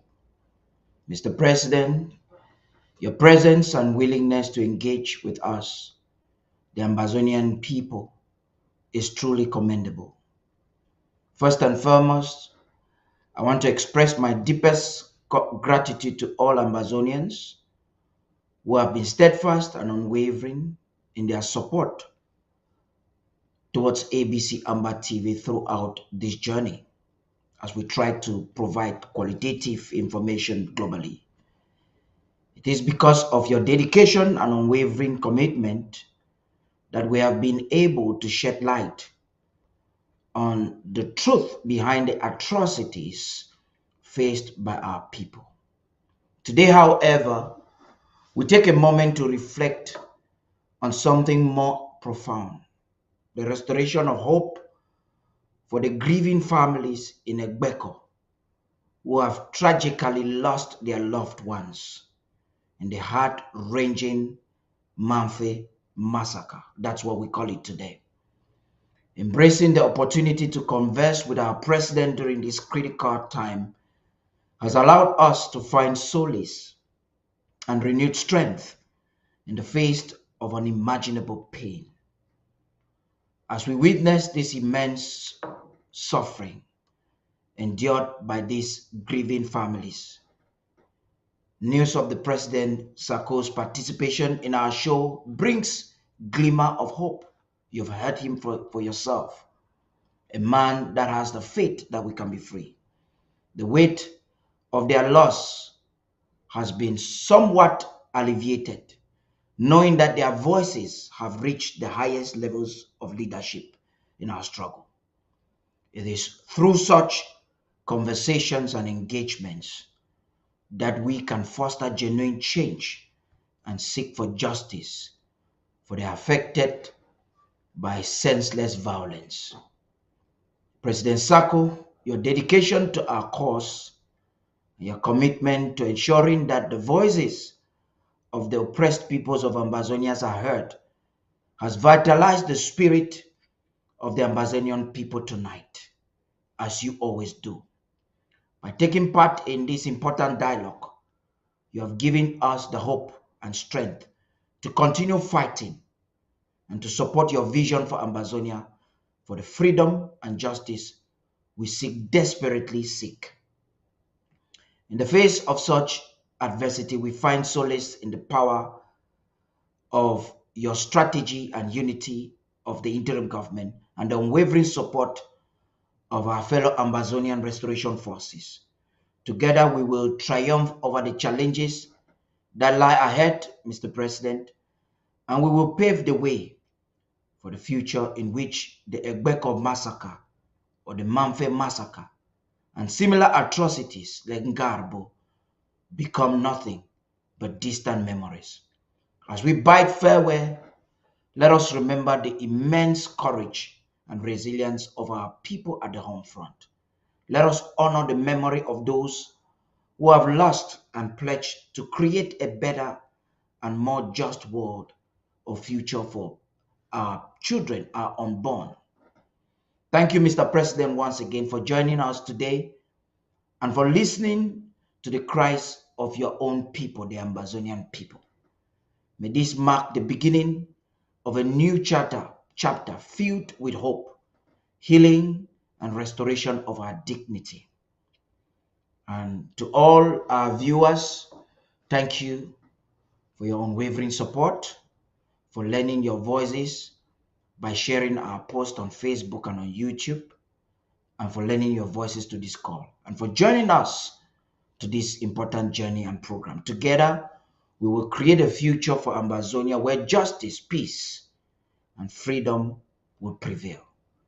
Goodbye, and may we continue to fight with renewed strength and determination. I'm Tapa the King, See you until next time.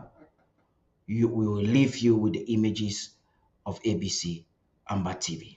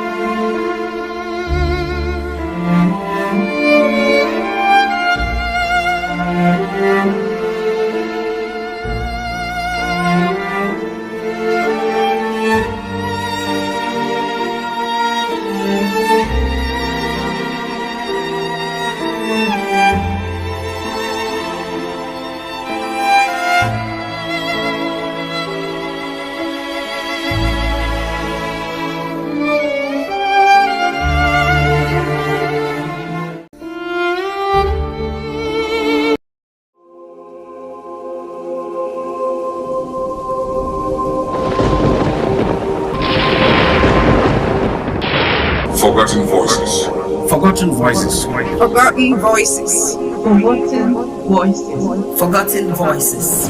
Forgotten voices. The humanitarian crisis in southern Cameroon. The Norwegian Refugee Council has identified the ongoing war between the Cameroons as one of the most neglected crises in the world. Today, we examine the heartbreaking story of the humanitarian crisis faced since 2016 by my people, the people of the southern Cameroons, also known as Ambazonia. At the look of things, you can see the fingerprints of France and Britain on the maneuvers.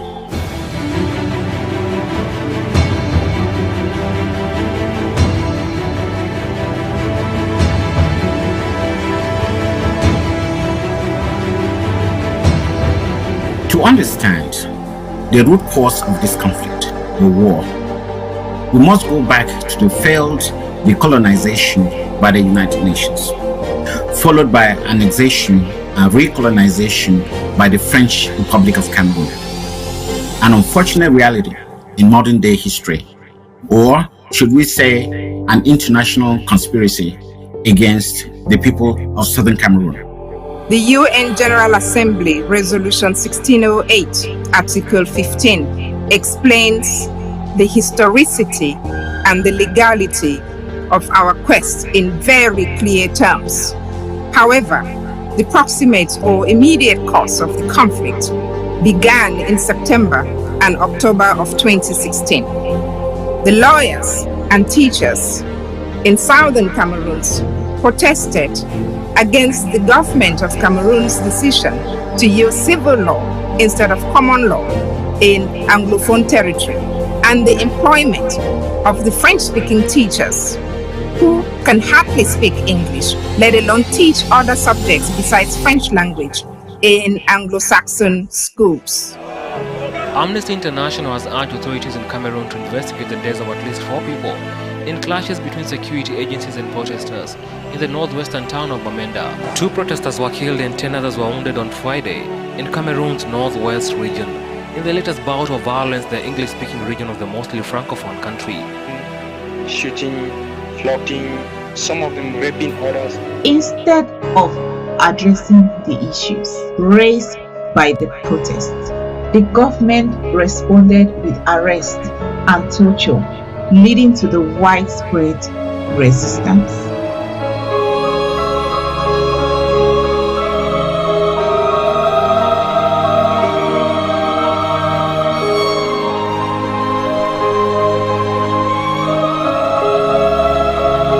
The restoration movement gained momentum, culminating in the establishment of the Federal Republic of Ambazonia.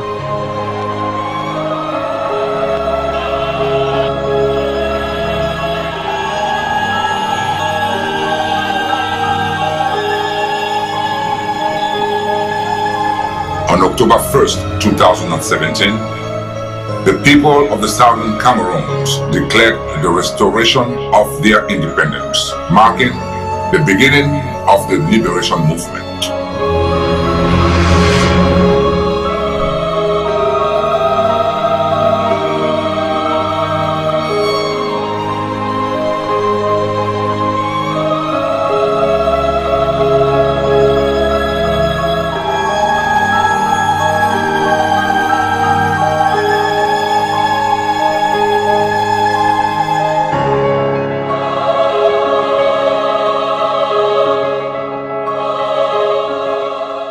Since 2017, the people of Southern Cameroon have endured immense suffering. Over 45,000 lives have been lost, and more than 400 villages have been razed to the ground. Among an estimated 40,000 Anglophone refugees registered on Nigerian soil who have walked sometimes for days. Today, over 1.5 million Southern Cameroonian refugees seek safety and shelter, with the majority finding refuge in neighboring Nigeria. Meanwhile, more than 1 million are internally displaced within their own homeland.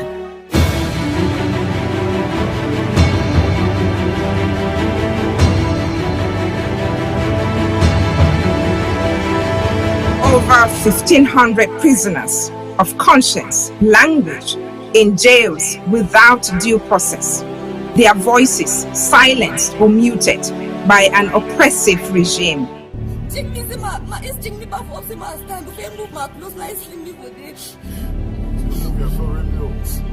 So it happened now so for petrol stations.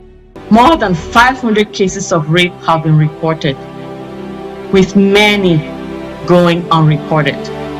The scars of this horrifying violence run deep within the community.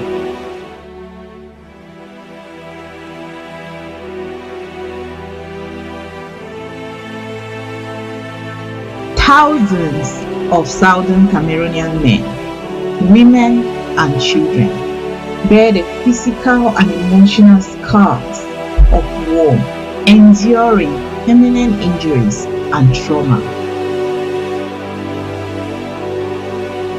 Since the onset of the war, thousands of children and youth have been reported missing, further amplifying the anguish faced by families torn apart.